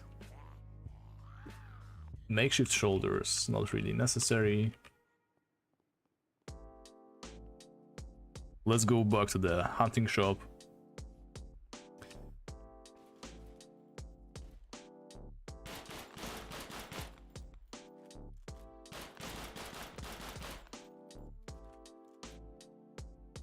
And we can always just get some additional lockpicking XP on the side. Not to mention we could really use the ammunition.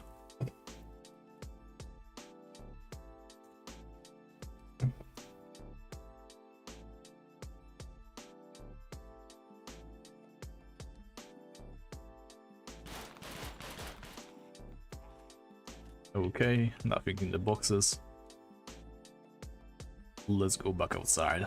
Now if I was solo, I think it would be best to just go into the fire station, then back in front of that building, the Eurotech, just cast the toy robot and shoot them up. But with Lorelei over here, not sure how viable that's going to be. We can definitely share the areas way better between the two of us, without interfering too much.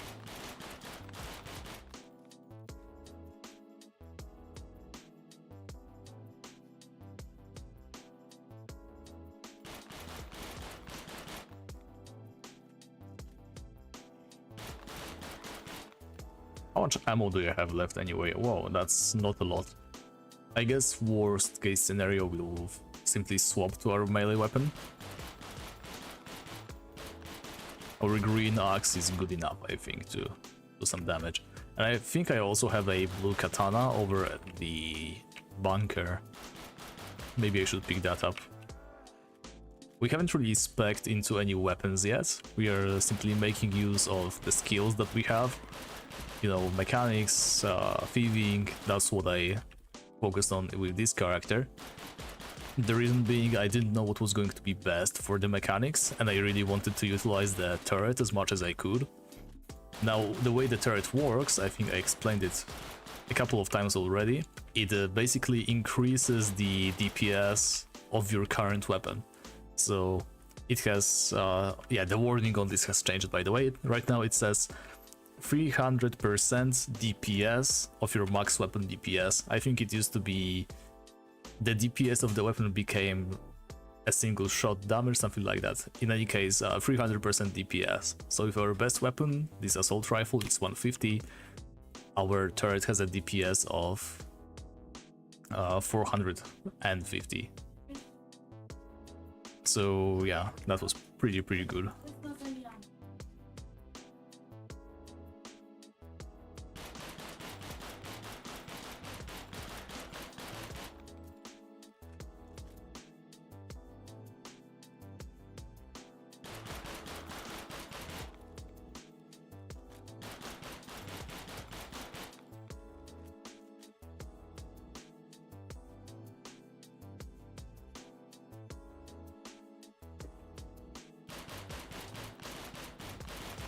Alright. Yeah, so back on the topic of the turret. That's why I would like to have a weapon that has the highest DPS value, right? Because there's different types of weapons. And there's weapons that have like long range, there's weapons that have short range, medium range. From what I have seen, the highest DPS weapons right now are submachine guns, SMGs. Like I have a blue assault rifle right here, but they had a green submachine gun that had basically the same DPS value, slightly lower. but obviously that happens with rarity, right, when that gets involved. So if I can somehow get my hands on like a blue or even purple submachine gun of a decent rarity, I should be in a pretty good spot. That turret is probably going to rip them apart. But for example, rifles, I have a blue rifle and I think it has like 100 DPS, even below 100, like 98. So yeah, higher damage per shot definitely, but for the turret, the DPS is what matters. Which is pretty interesting, because basically if you want to do mechanics, you're going to have to spec into turrets. I mean, you don't have to, but that seems like the most logical option, right? The turret is just that good. So you basically don't want to use certain types of weapons. And obviously you can simply just carry a second weapon that you won't use at all in your second weapon slot. It's always going to pick the one that has more DPS. But I feel like you always want to have a good melee weapon secondary just in case, and not something that you won't be able to use properly. Oh, I think we just left Midtown. Yeah, Midtown begins over here. We're going to do a quick sweep of the building again in a moment. Let's just clear those two firefighters on the outside. And also the cop zombie. Right, so regarding the cop zombies, I think before the wipe, the way that gear worked was each item could be upgraded indefinitely, right? So if you found two of the same item, you could upgrade them into the higher rarity item, etc, until you reach the highest rarity. And each gear piece that you would drop, like firefighter leggings, riot cop stuff, military stuff, they all had different stats, like they gave defense in ballistics, fire, radiation, stuff like that. I think most of those damage types weren't even in the game at the time, but you get the idea, right? The way it was supposed to work. Oh. Lorelei just dropping the biggest info of the year before I even... There's golden items. That's even better than purple. I wonder if any golden item has even been found on the server yet. Yeah, so the way upgrading worked before, if you had... It's basically like TBS Exaltation Forge. If you had two items of common rarity, you could upgrade them both to good. Two good items became remarkable. Two remarkable became whatever purple is. And two purples apparently can be upgraded into gold, which I didn't know, but yeah, as it turns out, gold is a thing. Right now, you can't really do that. So you only can hope to loot something very good. And the point I'm trying to make is, you used to be able to simply find an item that you like, that looks pretty cool. You could farm it over and over, like, you know, kill the zombies that drop it, or craft it if it was a craftable, and make it good rarity. And wow, firefighter helmet, that looks really dope. Let me try it on. Can I try it on? No, I cannot. Yeah. How about now? Okay. I think it's the bug again. I don't know what I did. I don't know how to replicate it. We are looking for a way to replicate this bug, but okay, I fixed it somehow. Maybe it has something to do with this bar, hotbar, because it's, for whatever reason, selected my 4th skill. And this happened to me before, and once again my 4th skill got affected by this. I'm not sure if that's going to help you at all or not. Okay, that's a very cool looking helmet. Definitely not like... No, I don't want to destroy my precious makeshift hood. Yeah, maybe we should make a 3rd character and give it all firefighter gear. In any case, what I was saying is you could basically grind over and over for items that you like the way they look, right? So for example, the full firefighter set, over and over, multiple copies, and then upgrade it to the maximum rarity, and it would be viable. Right now we can only drop this stuff, so if a zombie type doesn't have a high level variant that can potentially drop good items, then you simply aren't able to get the armor set that you want, right? So the example, maybe not the best example, but an example. Oh wow, just common iron plates for a red skull, that's great.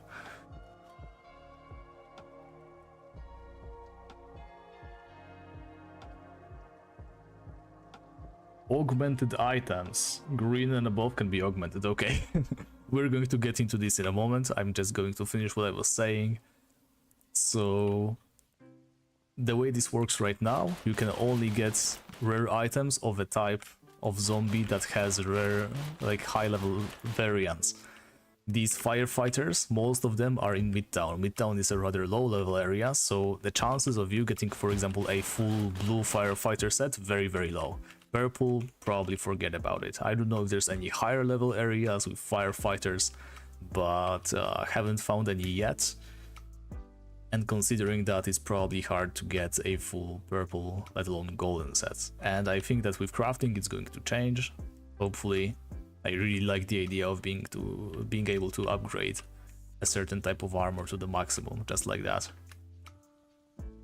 And now Stefan is telling us that there's something called augmented items. They are very rare. It can spawn on green or above. And what does this mean now? Well, will we... Okay, Stefan, will we be able to tell that an item is augmented? Is it going to have like some marking on it? Or do we have to just guess based on the statistics or something? Because I really, really hope it's very apparent, because I'm dumb.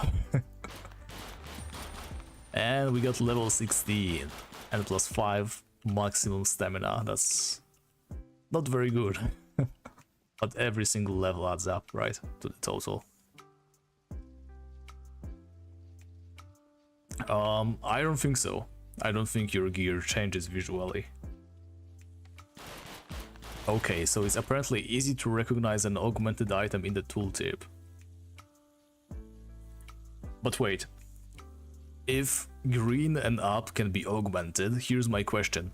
If, for example, we have these denim trousers, which are common and can be upgraded to green, can they become augmented once we upgrade them? Or would we already know that their green variant is augmented? Or, third case, it only affects like naturally spawning green and better.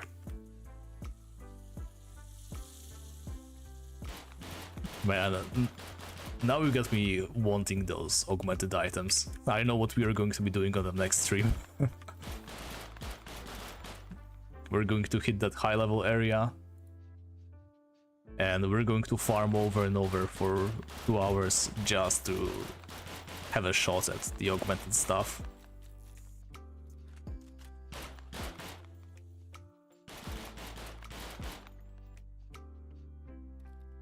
Yeah, thanks a lot. Now I'll be checking every single loot.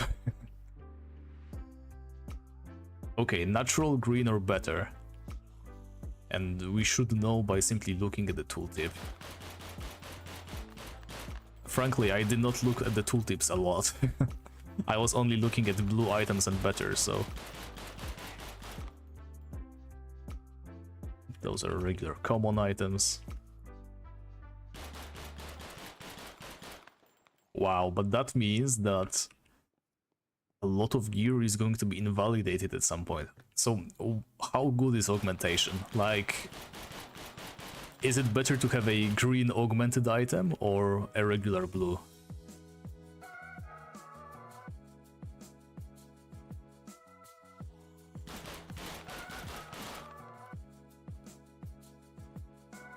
Man, that's huge. You got me very excited right now.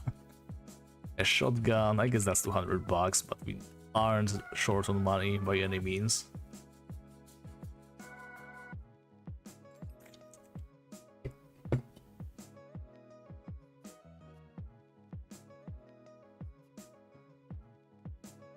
Nice. 556, 190 rounds. That's exactly what we needed because we are slowly running out of ammunition.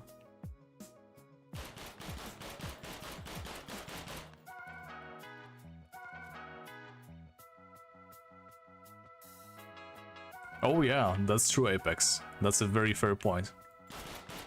There's no way you can tell if you stand a chance against an enemy just based on their gear.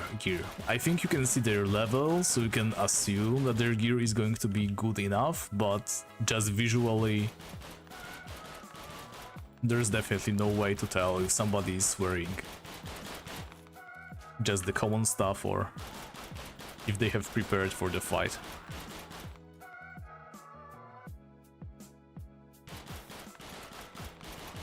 Just PvP wise, it's definitely troublesome right now. Yeah, I suppose I forgot that we were supposed to use the toy robot over here. Guess we still can. That's still going to draw out like 4 zombies, which is nice.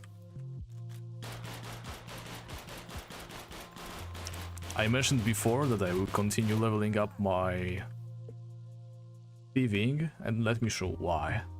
The main reason is this skill right over here. Steady hands.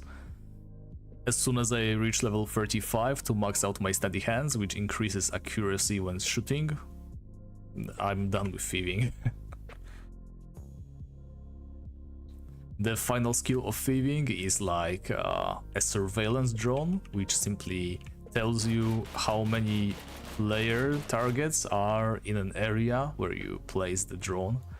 It's interesting, but not exactly game changing, and I don't intend to do a lot of PvP, at least not before the wipe comes again. So I'm definitely not investing into that one.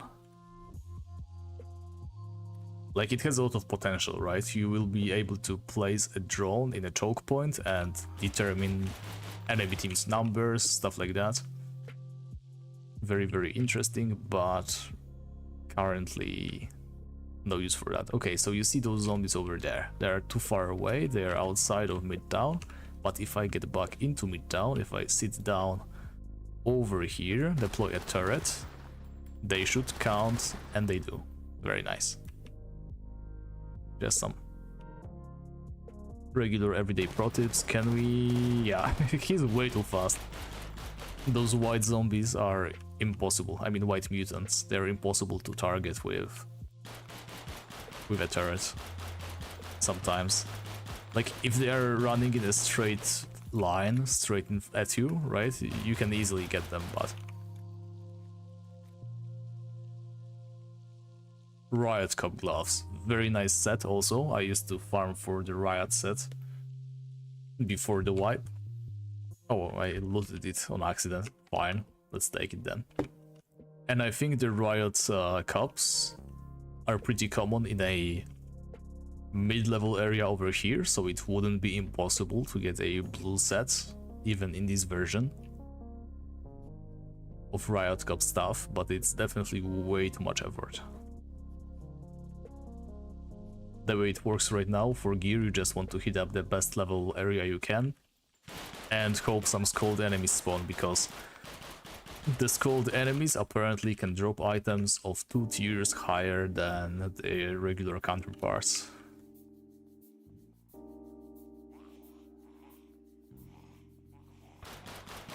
And the way those tiers work is, well, you can't really tell what tier an enemy is, which is also another thing that could use a visual cue of some kind. For example, every single firefighter zombie looks the same, but firefighter zombies in higher level areas, they have more damage, more health, they drop better items, they give more XP, but you aren't able to tell really based on how they look, only based on where you find them. You have to have the knowledge that the area is a higher level area.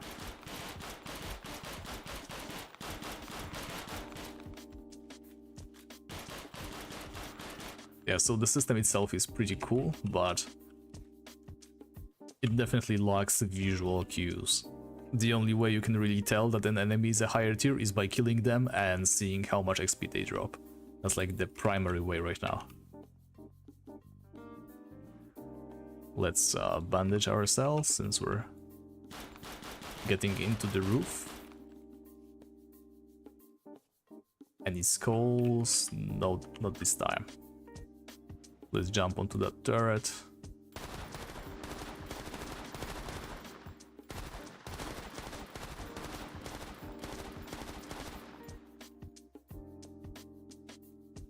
Is there any AoE for guns? That's a very good question. And Lorelei dropping another big update, or rather teasing it, not dropping just yet. Targeting runners should be way better with one of the next updates. That's very good news. They have been pretty hard to deal with, especially with slower fire rate items. So I'm very happy to hear that.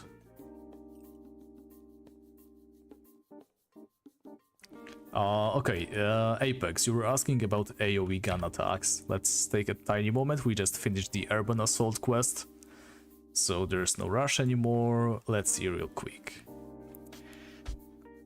3-shot burst mode, increases accuracy, automatically reload,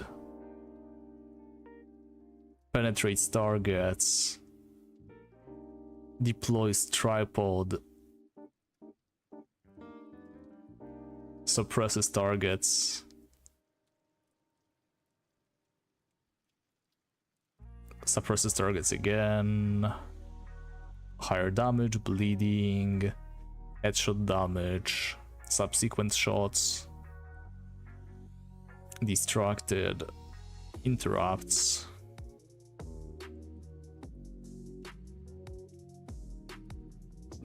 Not really sure what this is. Reloads with no ammunition. Armor penetration. Ooh, that's interesting. Highest level rifle penetrates walls. Very cool, but that's not exactly AoE, right? What else do we have? Shotguns, disarms, paralyzes, critical chance, and submachine guns, recoil. Okay, I think this is one of the things that you might consider an AoE. Bullets ricochet off objects up to 3 times. If those objects include zombies, then you might be able to use this as an AoE. So that's submachine guns, and then disarms, and yeah. So generally, the answer to your question is mostly no. Oh yeah, just like Lorelei says in general, also shotguns, they basically shoot 6 shots at the same time and they are quite spread out, so that's something. But I think the idea was the guns are powerful, right? Because obviously, but they are mostly single target. They're supposed to be used at ranged, and the melee weapons, those are the ones that hit multiple targets at once, but they're also more risky in a sense that you have to have your face straight in front of a zombie, right? I think that's the general idea of how these are balanced.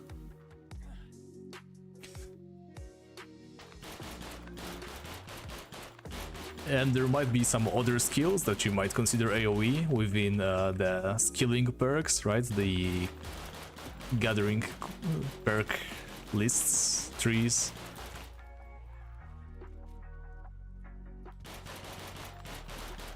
Alright, and like Lorelei says, there might be grenades and rocket launchers at some point, but not right now. Yeah, I don't think those would be that important to the game right now. We already have ways to deal with single targets and multiple targets, and I don't think we would want to use to add any content that would invalidate melee playstyles even further.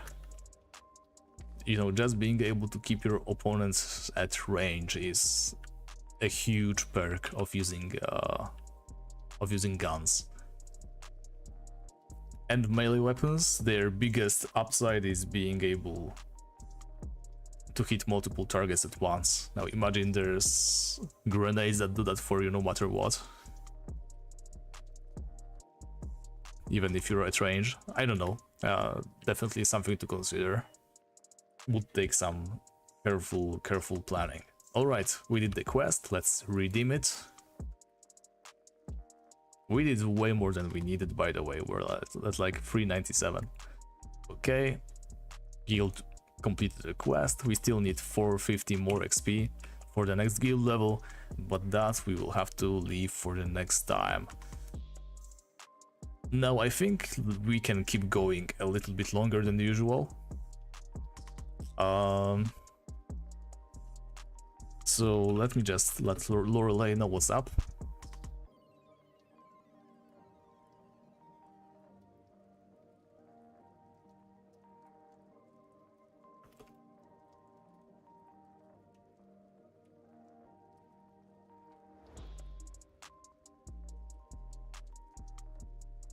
Yeah, so we are going to head to the observatory. I know that we probably aren't able to, but I would really love to see one of those augmented items.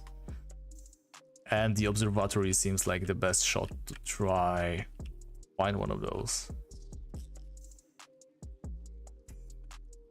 So let's head back inside of the bunker and re-gear properly. I think we need to pick up some items that we can sell at the shop, because we don't have that much money. And we need to fill... Yeah, we need to fill our ammunition. We have only one stack left. Alright, so first of all, let's go to page 6. Now that one is full. Well, almost. Let's plop in all the ammunition types that we don't use. Okay, it's full. Let's go to the screws page over here.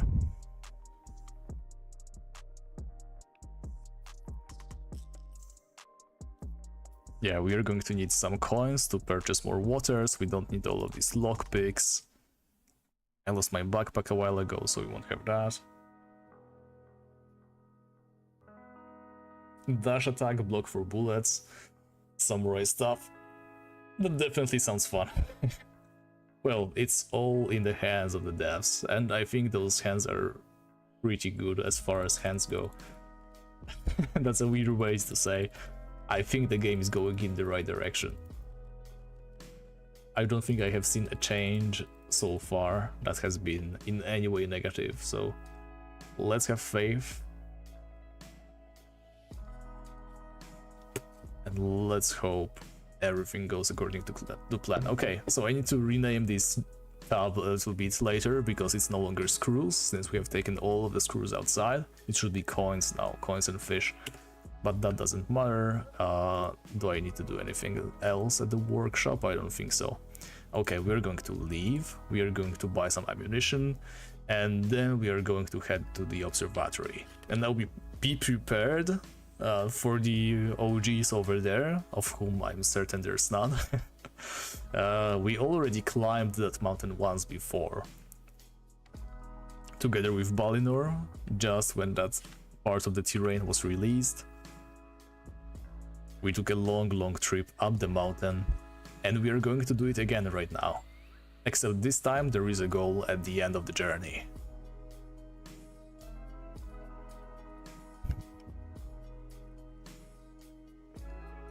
Okay, first of all, let's repair our gun. That's the most important one. Next, let's sell all of these screws. They should be worth a decent amount. Let's sell these coins as well. We get a lot of coins. Okay, those screws were worth way less than I expected. That was a lot of mechanics, by the way. But that should be enough to fill in our inventory. Yeah, ammunition is dirt cheap right now. And let's sell this back, don't really need it. And then we are going to buy a bunch of waters. The reason why we are buying all those waters is they heal us, right? It's pretty much free healing as long as we are leveling up our thieving. There's my favorite vending machine. For whatever reason, even though nobody stocks them, you can do this. There's so many table waters to be had. And now we just sort them back up. I would really love to see a quality of life update that lets you, you know, stack them as you buy them. Because right now it's like this. But it's not the worst thing in the world. Having access to infinite waters is definitely nice. Maybe some balancing change should be made that limits the waters per vending machine per some amount of time, like every other resource. You know, you can only gather, I don't know, 10 waters until the vending machine runs out, and then you have to wait a while, just like with everything else.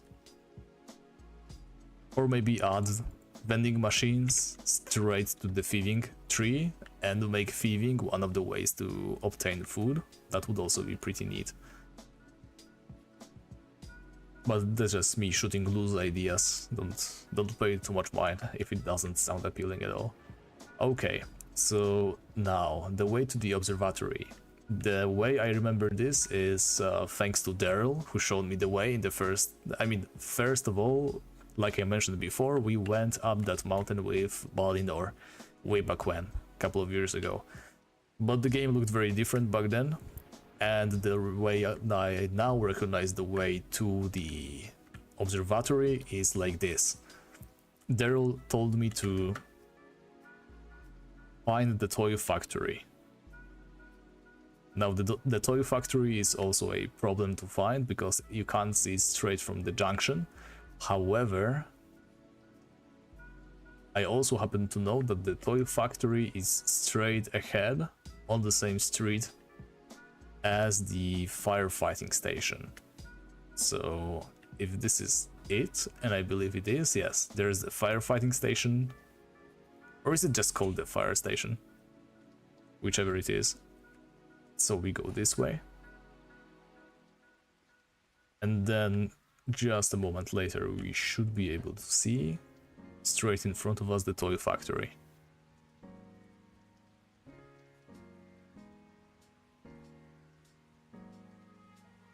Yeah, we can afford to ignore these zombies for now. In a moment we should have enough stamina to use Ghost Walk and shake them off. There we go. Okay, and then you can see that massive parrot on the top of the building over there. That's the toy factory. Now we are not exactly headed for it. Here's the east end. And I just realized that I forgot to do something that I promised we would.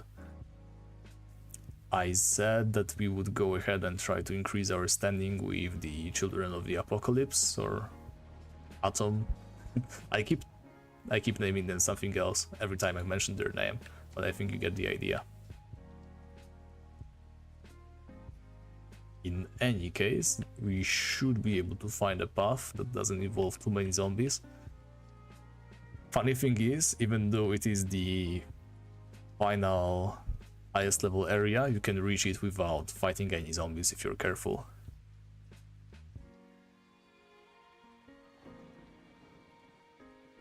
Oh yeah, Tom is telling the truth actually. There's some skills in those trees that allow you to do something that's dash-like. We have emergency dash over here in the construction. Every 20 seconds you get to dash by double pressing the movement buttons in one direction. That's really cool. So you don't even have to add it to your bar. You just get to dash around. And you also say that there's 30 armor ultimate. Let's see. Juggernaut. On collision. No, wait. Is it it?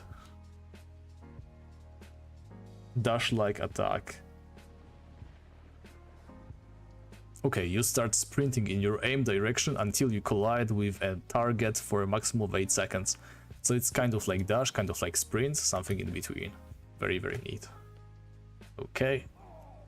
And again, we broke our bones, but we have Ghost Walk, so we shake that right off. We don't actually shake it off, we have an effect that makes it invalidated. That's an important distinction to make. Yeah, so The perks, the skills are really insane. Like, there's so many different builds that I would like to try. And it's a shame that you can only max 3 of them. Well, not really 3, right? You can max 5 of them. But you definitely want to save at least one of them for armor, one of them for your main weapon, one of them for first aid, because I don't think there's any reason why you shouldn't want to max first aid, and one for stamina. So honestly, you only get like maybe let me restart the music because obviously it stopped. You only get to enjoy like maybe 1 or 2 skill, like gathering trees, if you want to make a serious build. Okay, am I going the right way? Okay, so this is the Children of Atom, Apocalypse, whatever, the radiation guys, and we are headed further this way. Or are we? Well, I believe I might have gone too far. I think we were supposed to go this way. We're going to loop a little bit around them so that we don't attract the attention of the boars. And there we go. You can see that mountain over there. It's pretty bright right now because of the draw limit, but this is what we are headed for. Okay, so let's eat a fish. That's going to give us the well-fed bonus for 10 minutes, which increases our regeneration, stamina-wise, of course. Also, if you claim the fishing claim, you can make soup, which increases that even further, but can't be bothered right now. A ninja build for PvP groups, that would be pretty cool, not gonna lie. Yeah, so I thought that it's possible to avoid any zombies on the way, but I have failed miserably. Thankfully we have the ghost walk, so we can just forget about them for now.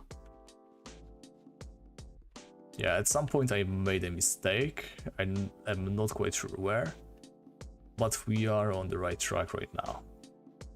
So this little area, I don't know if it is supposed to be a dried up river or it's simply a river that hasn't been watered yet.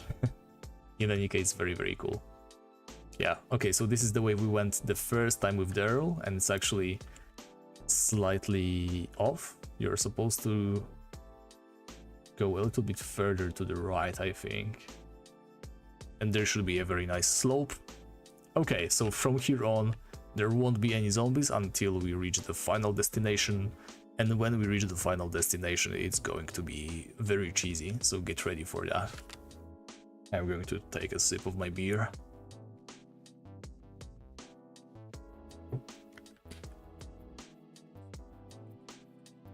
So the last time I climbed this mountain on a stream...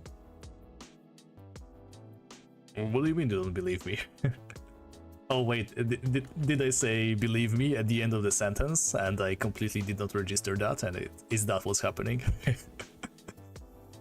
Okay, there we go. That's the mountain, very beautiful. You can see a little bit of a slope going all the way up. We are going to take that and then we are going to go all the way over there. But that's not until later, so for now let's enjoy the sights. Look at this beautiful terrain, those little square shapes. I mean, I'm not mocking them, by the way. It's because of my low graphics. If you go for higher settings, it doesn't look that way.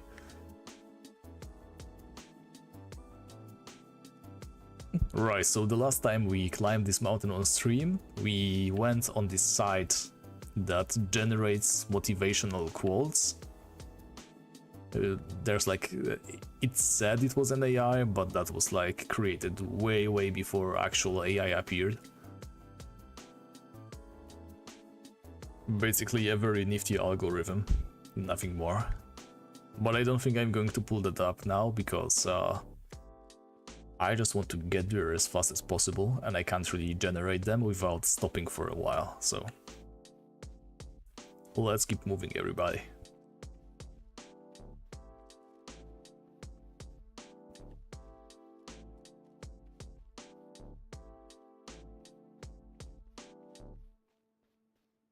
I mean, it definitely looks better, as in the shadows aren't as square as mine, because I have very low shadow settings. That's what I meant. All right, and now we go this way, all the way behind the mountain. Now on higher settings you would have a very, very beautiful view over there, but because we are on lower settings, you don't get to enjoy this right now, so blame my old computer, which is not even that old. I just didn't get the high-end machine when I could. So running speed, I don't think it can be increased. Let me quickly take a look. Is there something like general running speed? No, I think there's only jump height. As for the running speed,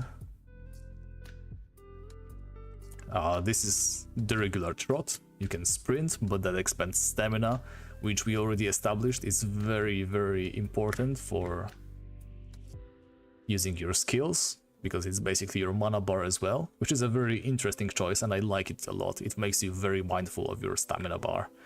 And there's also this skill that you unlock as soon as you start leveling up your endurance, which you level up by using stamina. That allows you to sprint for like 10 seconds without using any stamina.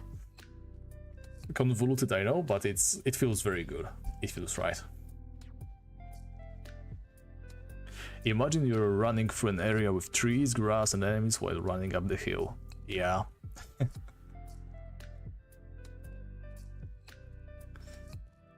I'm sure there's still a lot of room for improvement, but let's be honest, it looks pretty nifty as is.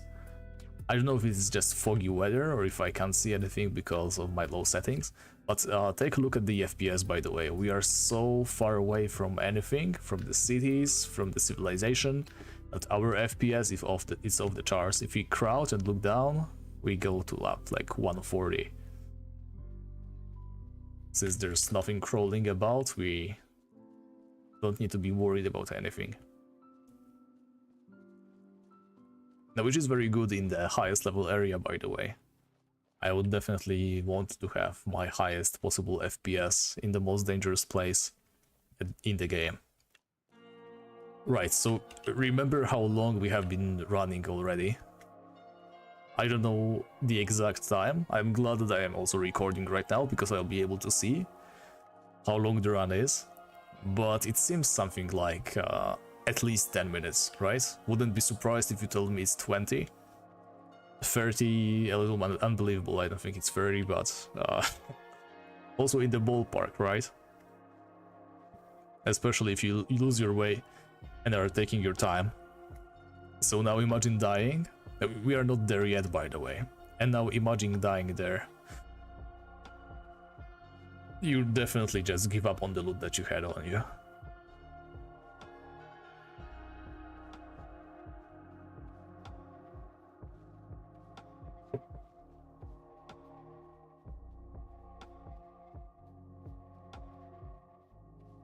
Yeah, this part of the run. It looks like we're going nowhere, but trust me, it's part of the path.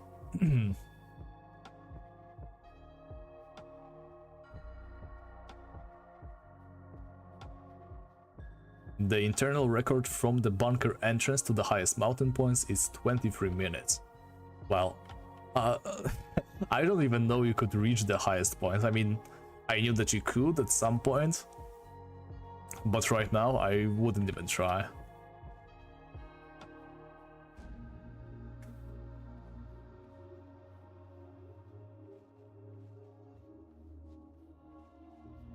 There should be a flag up there. Okay, so that's something I'm definitely going to do on my own later. I don't think that's going to be stream material, or maybe, I don't know, we will see. Maybe that's something that everybody wants to see. Okay, so we are like over 2 kilometers away from junction. Wait, so if, let's say we have been running for like 10 minutes and we did 2 kilometers. 10 minutes, that's a tenth of an hour. not 10th, that's the 6th of an hour. So it's 2 kilometers divided by 1/6, so that's 12. Are we running 12 kilometers per hour? Am I doing the maths right, or am I completely wrong? I would have to write it on a paper. My brain doesn't work the same if I am not looking at a piece of paper with a pen in my hand. That's what education did to me.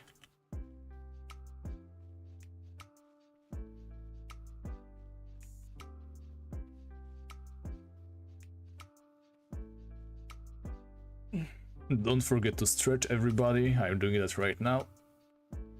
I've been sitting in a single position for over 2 hours now, and my body definitely lets me know that it's not cool to do that. So do yourself a favor, just stand up, straighten your back, fix that banana form that you got.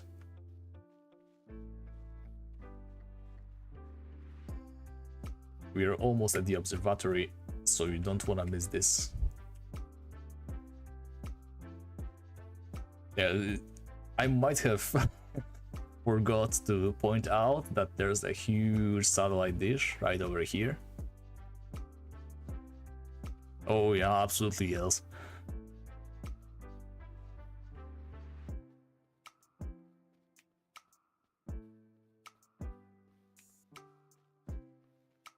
There's nothing more important than a high level.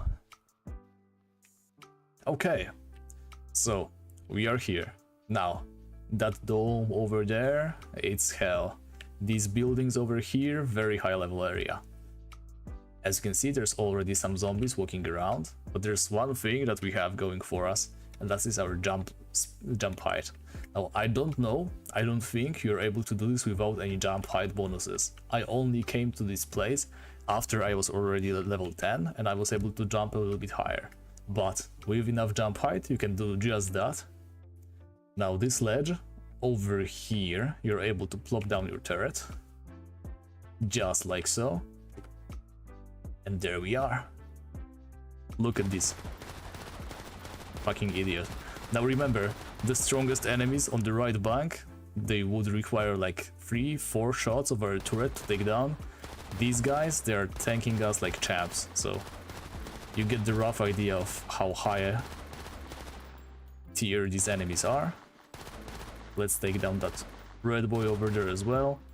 We are going to let him come a little bit closer because we don't want him to drop any loot too far away from us.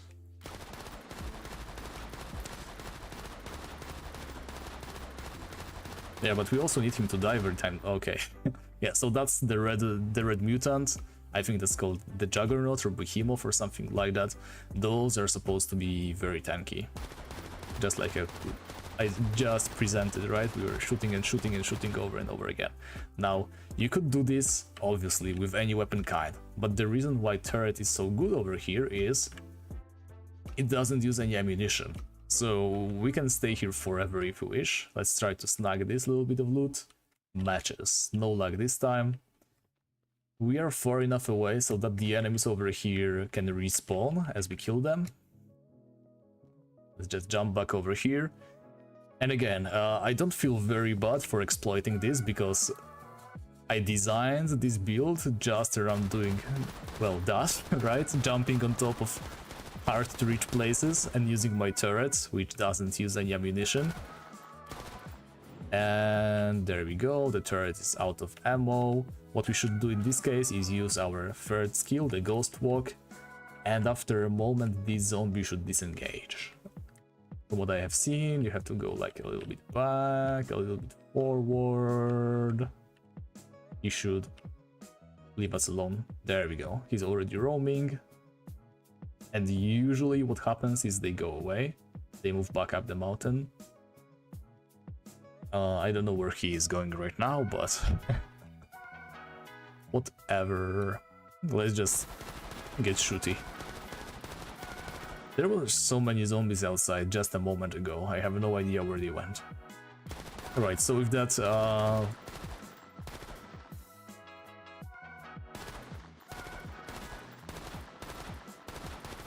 Yeah, just like Lorelei says, this is probably going to be fixed.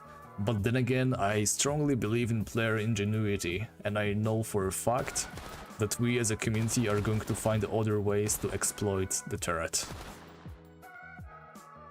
So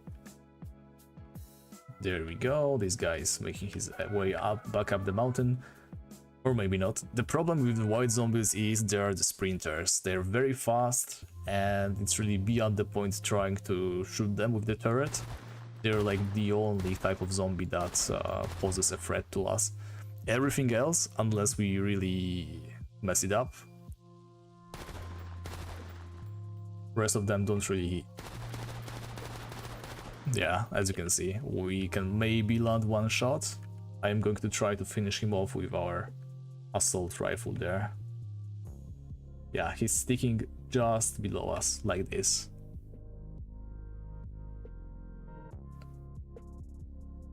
Yeah, it's definitely a good idea to fix those spots, but also don't forget to add some spots that maybe aren't unreachable for zombies, but are hard to reach for zombies. Like, we don't want to invalidate the turret playstyle, right?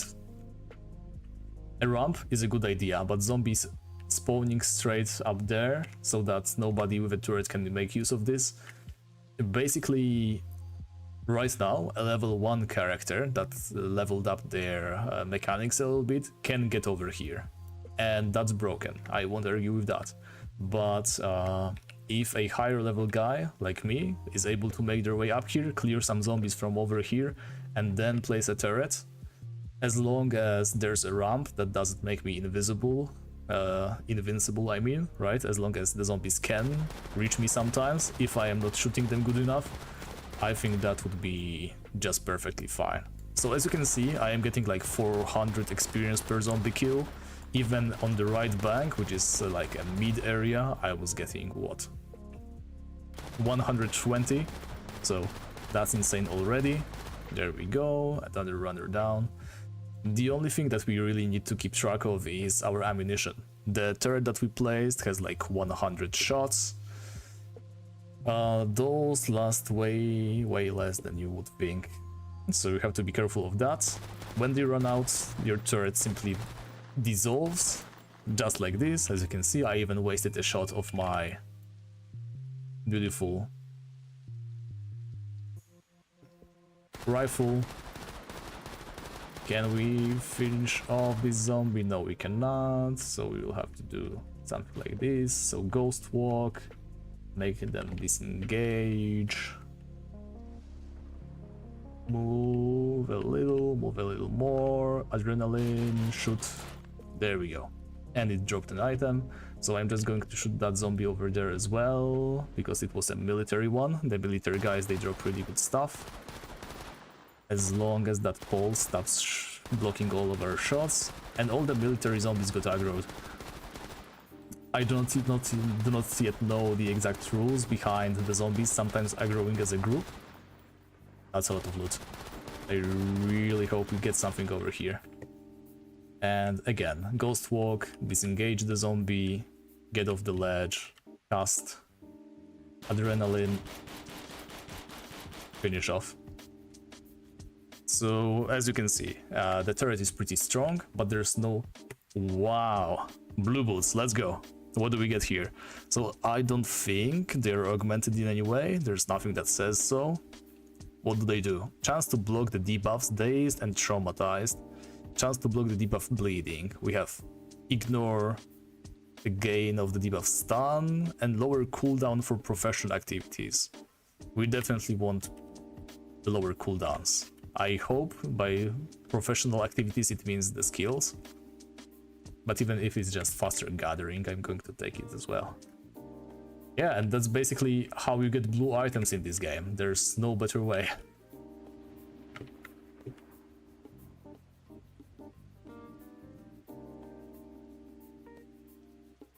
And we failed the jump, so let's attempt it again.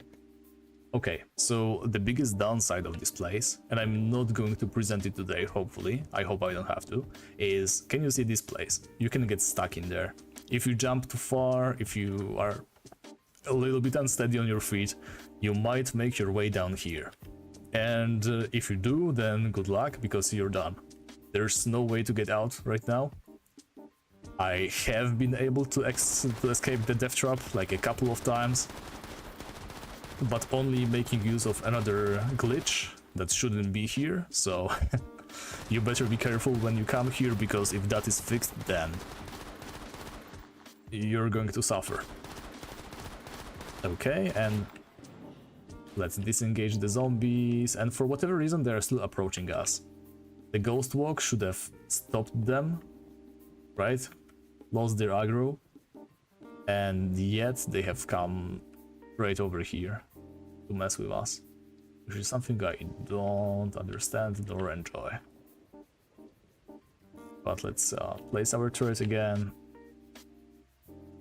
and place our turret again. This time it worked. Okay, he's walking up this hill, but where is the military zombie? That guy is almost dead, so we kind of want to take care of him first. Is he still over here? Okay, now the ghost walk worked. I have no idea what happened there. Okay. Yeah, since he's so far away, I'm going to use the turret again. Especially since we shot him a couple of times already. He should be close to dying. But he's not. Use this, sprint out a little, couple of headshots. There we go. Now he's done. Let's see what side act dropped for us. Welder's Mask. Increased DR rating versus non-elite LPCs. That's very good. Lower chance of gaining acid debuff. I have never gotten acid debuff before. And this is lower cooldown for armor and miscellaneous activities.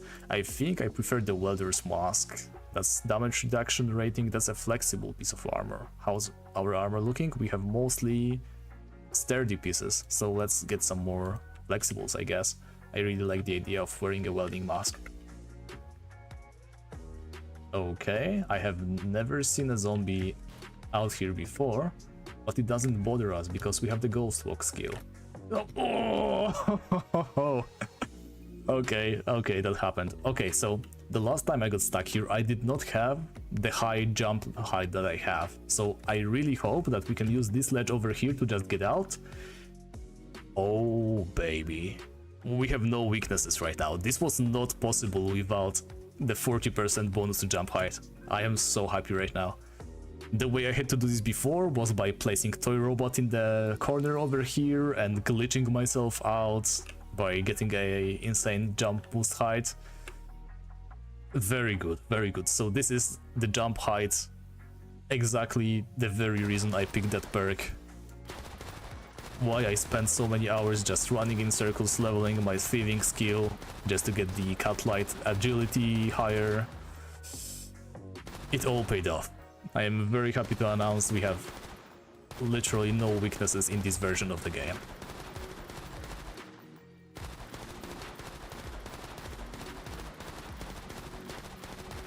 Can we at least finish this guy off? Beautiful. And he's not running anymore for some reason, even though he was approaching us. Oh, we did it, wow. Yeah, so that's the main reason why I want a better weapon very, very badly. That's good, right? We are killing them, but biohazard gloves and a high level too. Improved crit chance, improved melee attack speed. That's very, very good for a melee build. We have so much good stuff right now. And that's the thing, right?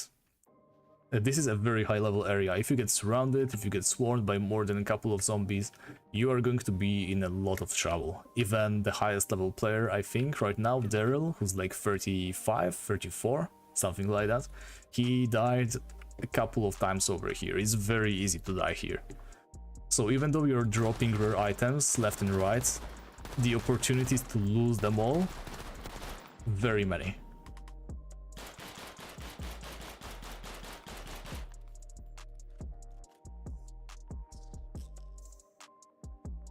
Wait, I didn't check if any of those are augmented. Are they? Some fluff text, nothing. Sell price 17. That's a blue item and it's worth 17. Is it because it's so broken or what?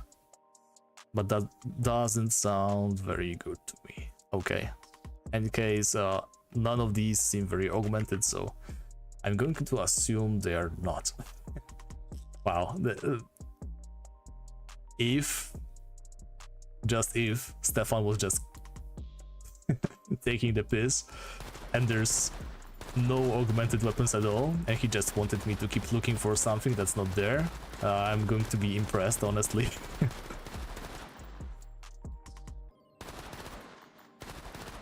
Making me into a schizo. That sounds like something I would do. Okay, let's clear out these mutants over here as well. And please stop stuttering. There we go. Man, I am so happy about being able to get out of here. I am going to be simply staying here forever. Wait, what? A dishcloth? And it's worth 40. And that's worth more than the biohazard suit gloves.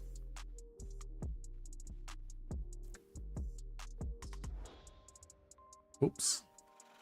We got some damage, but we have the ghost walk to take care of that. Okay, there we go. Yeah, because a couple of times I have already gotten stuck here, and it took me at least half an hour to get out of here every single time that happened. You guys don't even understand how amazing this is.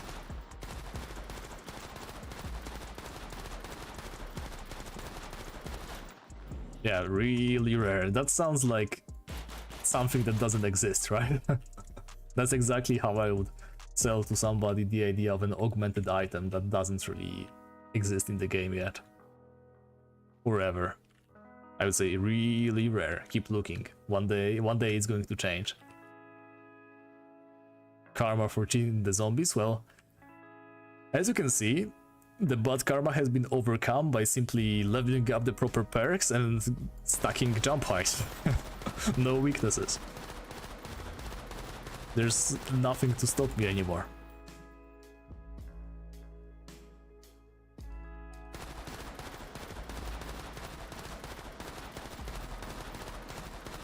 Let's get those boys. This green guy, we can definitely shoot up.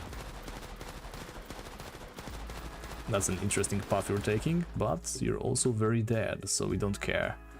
Okay, let's take down those two as well if we can. The green one, the greens ones, I think they have less HP, so it shouldn't be an issue. And if we can get the Juggernaut as well while we're ahead.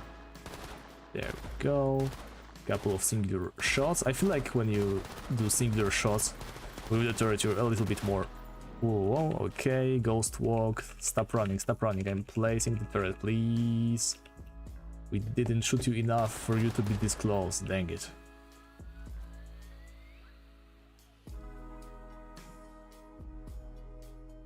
There should be a chance of getting one at this area, well. Frankly, if one is dropped at some point, I'm 100% sure nobody will realize even. I mean, right now I'm checking every single bug, so perhaps... Wait, is that zombie following us? Sometimes hard to tell. Yeah. I would love to grab the world's first augmented item, not gonna lie. Okay, there's the Juggernaut, and he did not aggro to us, so let's quickly search our loot bags. I think we lost one. Did one despawn? They despawn pretty quickly, by the way. And... okay, you should see immediately that the item is augmented when watching the tooltip. That is very important information. Wait, where did he go? Now, nothing spawn here, please, because I'm going to try... Yeah, it doesn't work. Let's just do it like... No, wait, if I shoot over here, those zombies from up there are going to engage. The only way I can do this is like this. There we go. I hope nothing is coming. Or maybe I should want them to come. Since I'm having a tough time luring them. Yeah, look.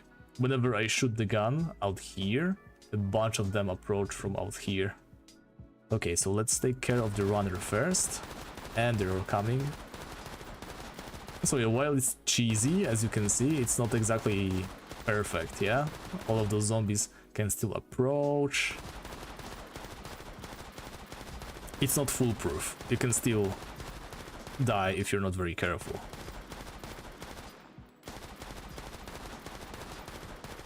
Definitely needs to be adjusted, but before it is, I'm going to have a lot of fun doing this.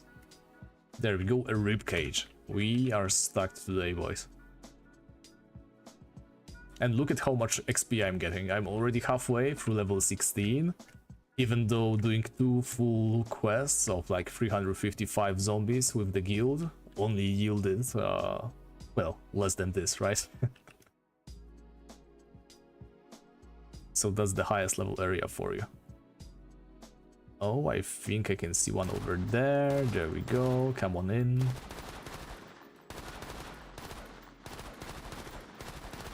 Welcome, welcome to my battleground. Very nice. And there's more zombies approaching from the outside. Now the best part about this, sometimes you can even find a skull zombie just roaming outside. It only happened to me once. If it happens once, right? It can happen again. So really hoping to find another skulled guy over here, and I think that's how we get our first purple. Maybe even gold, since now we know that golds are a thing. Flying enemies, well. Frankly, with my history with playing Persist, I don't know if I mentioned this before, but every time there's like an update and I come back to the game to check out what's new, I cause some major bug. There was this one gaming night that Chaos Queen would organize every now and then. That's weird, by the way. We haven't had a Friday gaming night in a while, but there would be those, right? The reason why I'm not shooting anything is because I shot a soldier over there, and sometimes they take a while, but they emerge from over here. So we'll see if that happens. Or maybe let's just try again, shoot this guy, and he should be getting out through here anytime now. So anyway, the Friday gaming nights, we joined one. It was still in the older version of the game. I think the horses were just added only recently. And what happened was, whenever I would join, the entire server got kicked, like absolutely booted.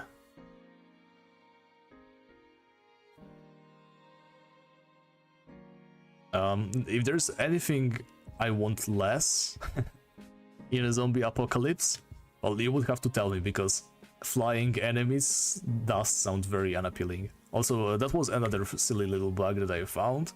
Sometimes when you let go of a turret, a vice, I'm taking the vice. Yeah, sometimes when you get off a turret, you slide like that without moving your legs instead of running. Not always, sometimes. Can't tell you how to replicate that, but it happens. Got that on video. I wonder if with my jump height, I can now make it up to the higher plate. No, I cannot. Now let's see if me getting out of here was just a stroke of luck, or if I can actually do this. Oh no. Okay, don't panic. Let's regenerate our stamina a little, and I'm going to jump up once, twice. Yes, okay, this is replicable. Can I jump on top of this? No, not enough jump height yet. Okay, that's a shame. I was hoping I would.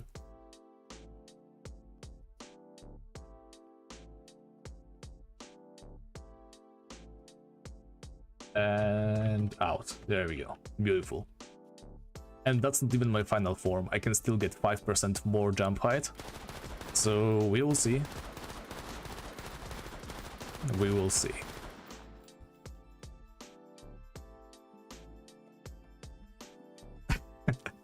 Well, I'm sure the zombies would want to fly.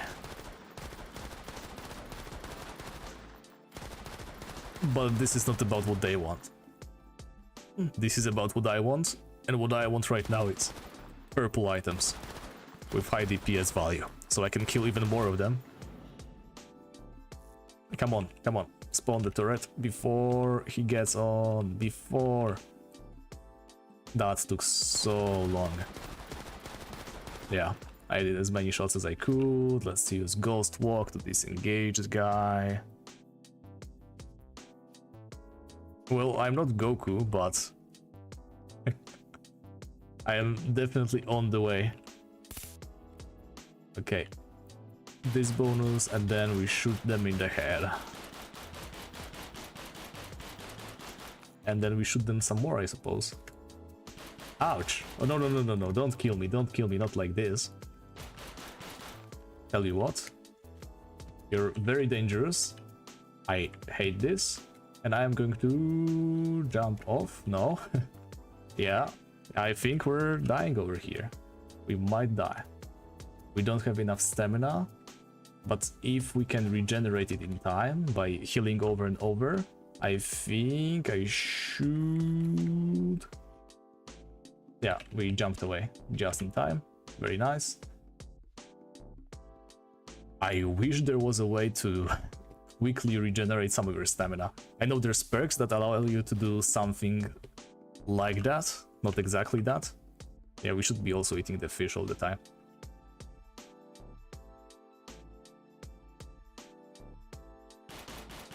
Oh yeah, or we could have also just shot him twice. And it would have been over. And we did all that for a calm. Yeah, so you see, still a very, very dangerous area. Definitely not to be underestimated. But I am glad that my underestimation in this case paid off. Well, I used 5 first aid kits. These are very expensive, I'll let you know. Okay, let's shoot one final zombie, and then I think we'll be wrapping up for today. It has been almost 3 hours. We usually do 2, but it was way too good an opportunity to show off this little place. Maybe one more zombie, just one. I haven't yet tried to shoot any of those zombies. I wonder if we even can. Are those like windows or are these... Oh yeah, it's an open area. Let's see. We shot one and I bet they're going to approach from somewhere. Let's actually keep our eyes peeled. Okay, they're coming.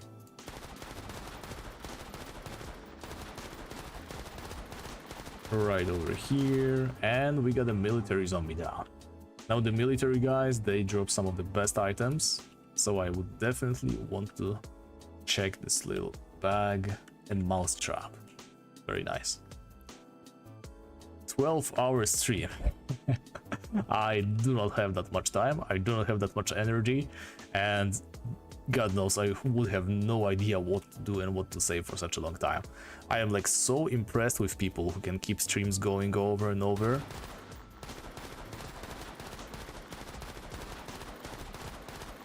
I guess it's just me getting into my own head, but I feel like I can't keep a stream that long going and interesting, right?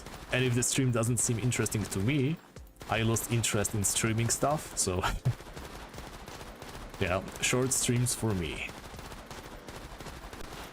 And this happens again, but maybe, just maybe this time we get to kill the guy before...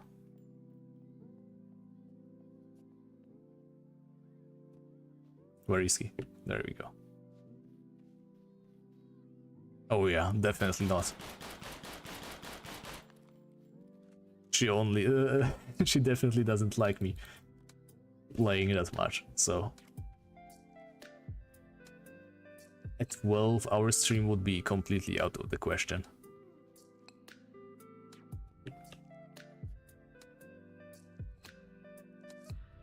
Okie dokie. I know I said that we are going to wrap up, but let's just keep going for a couple more minutes. It won't hurt anybody if we do a 3-hour stream, right? Yeah, so I have no idea what special properties the green mutants have. Mostly because I have never let any of them come close to me. which is probably the best way to deal with any mutants that you meet. Keep it in mind, it might save you later.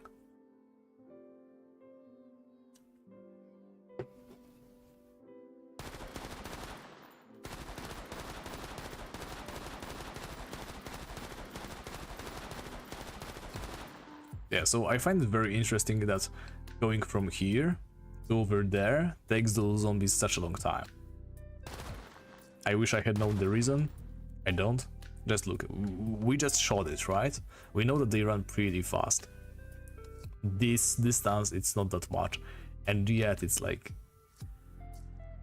such a long time for them to emerge. Maybe there's something special about the layout of that building, but we will never learn because I'm not entering that place ever.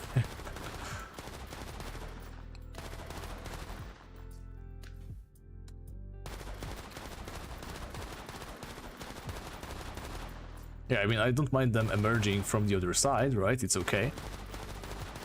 Whichever they prefer. Wait, Ghost Walk, can you? Can you just go?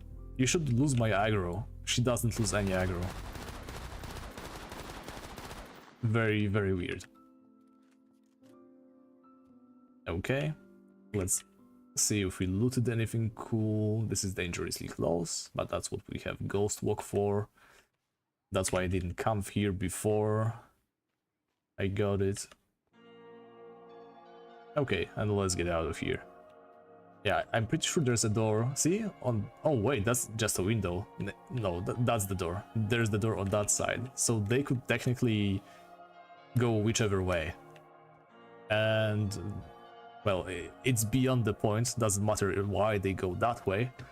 What matters is why does it take them such a long time to emerge? Very suspicious.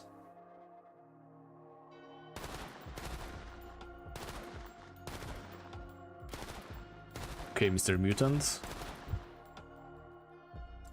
Thank you very much. I love it quite a lot myself.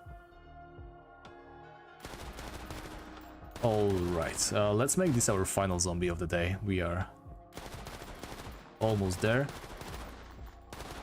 Oh, and I would like to re-suggest the one suggestion that I made before. It would be very cool if we could have the loot boxes light up. You see those white particles.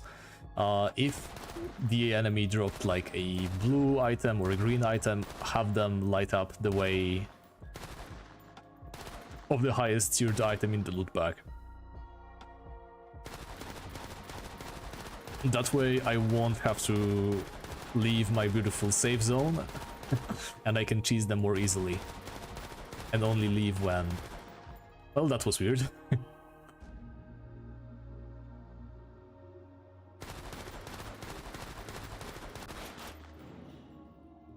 Ghost Walk? Okay, this time it worked.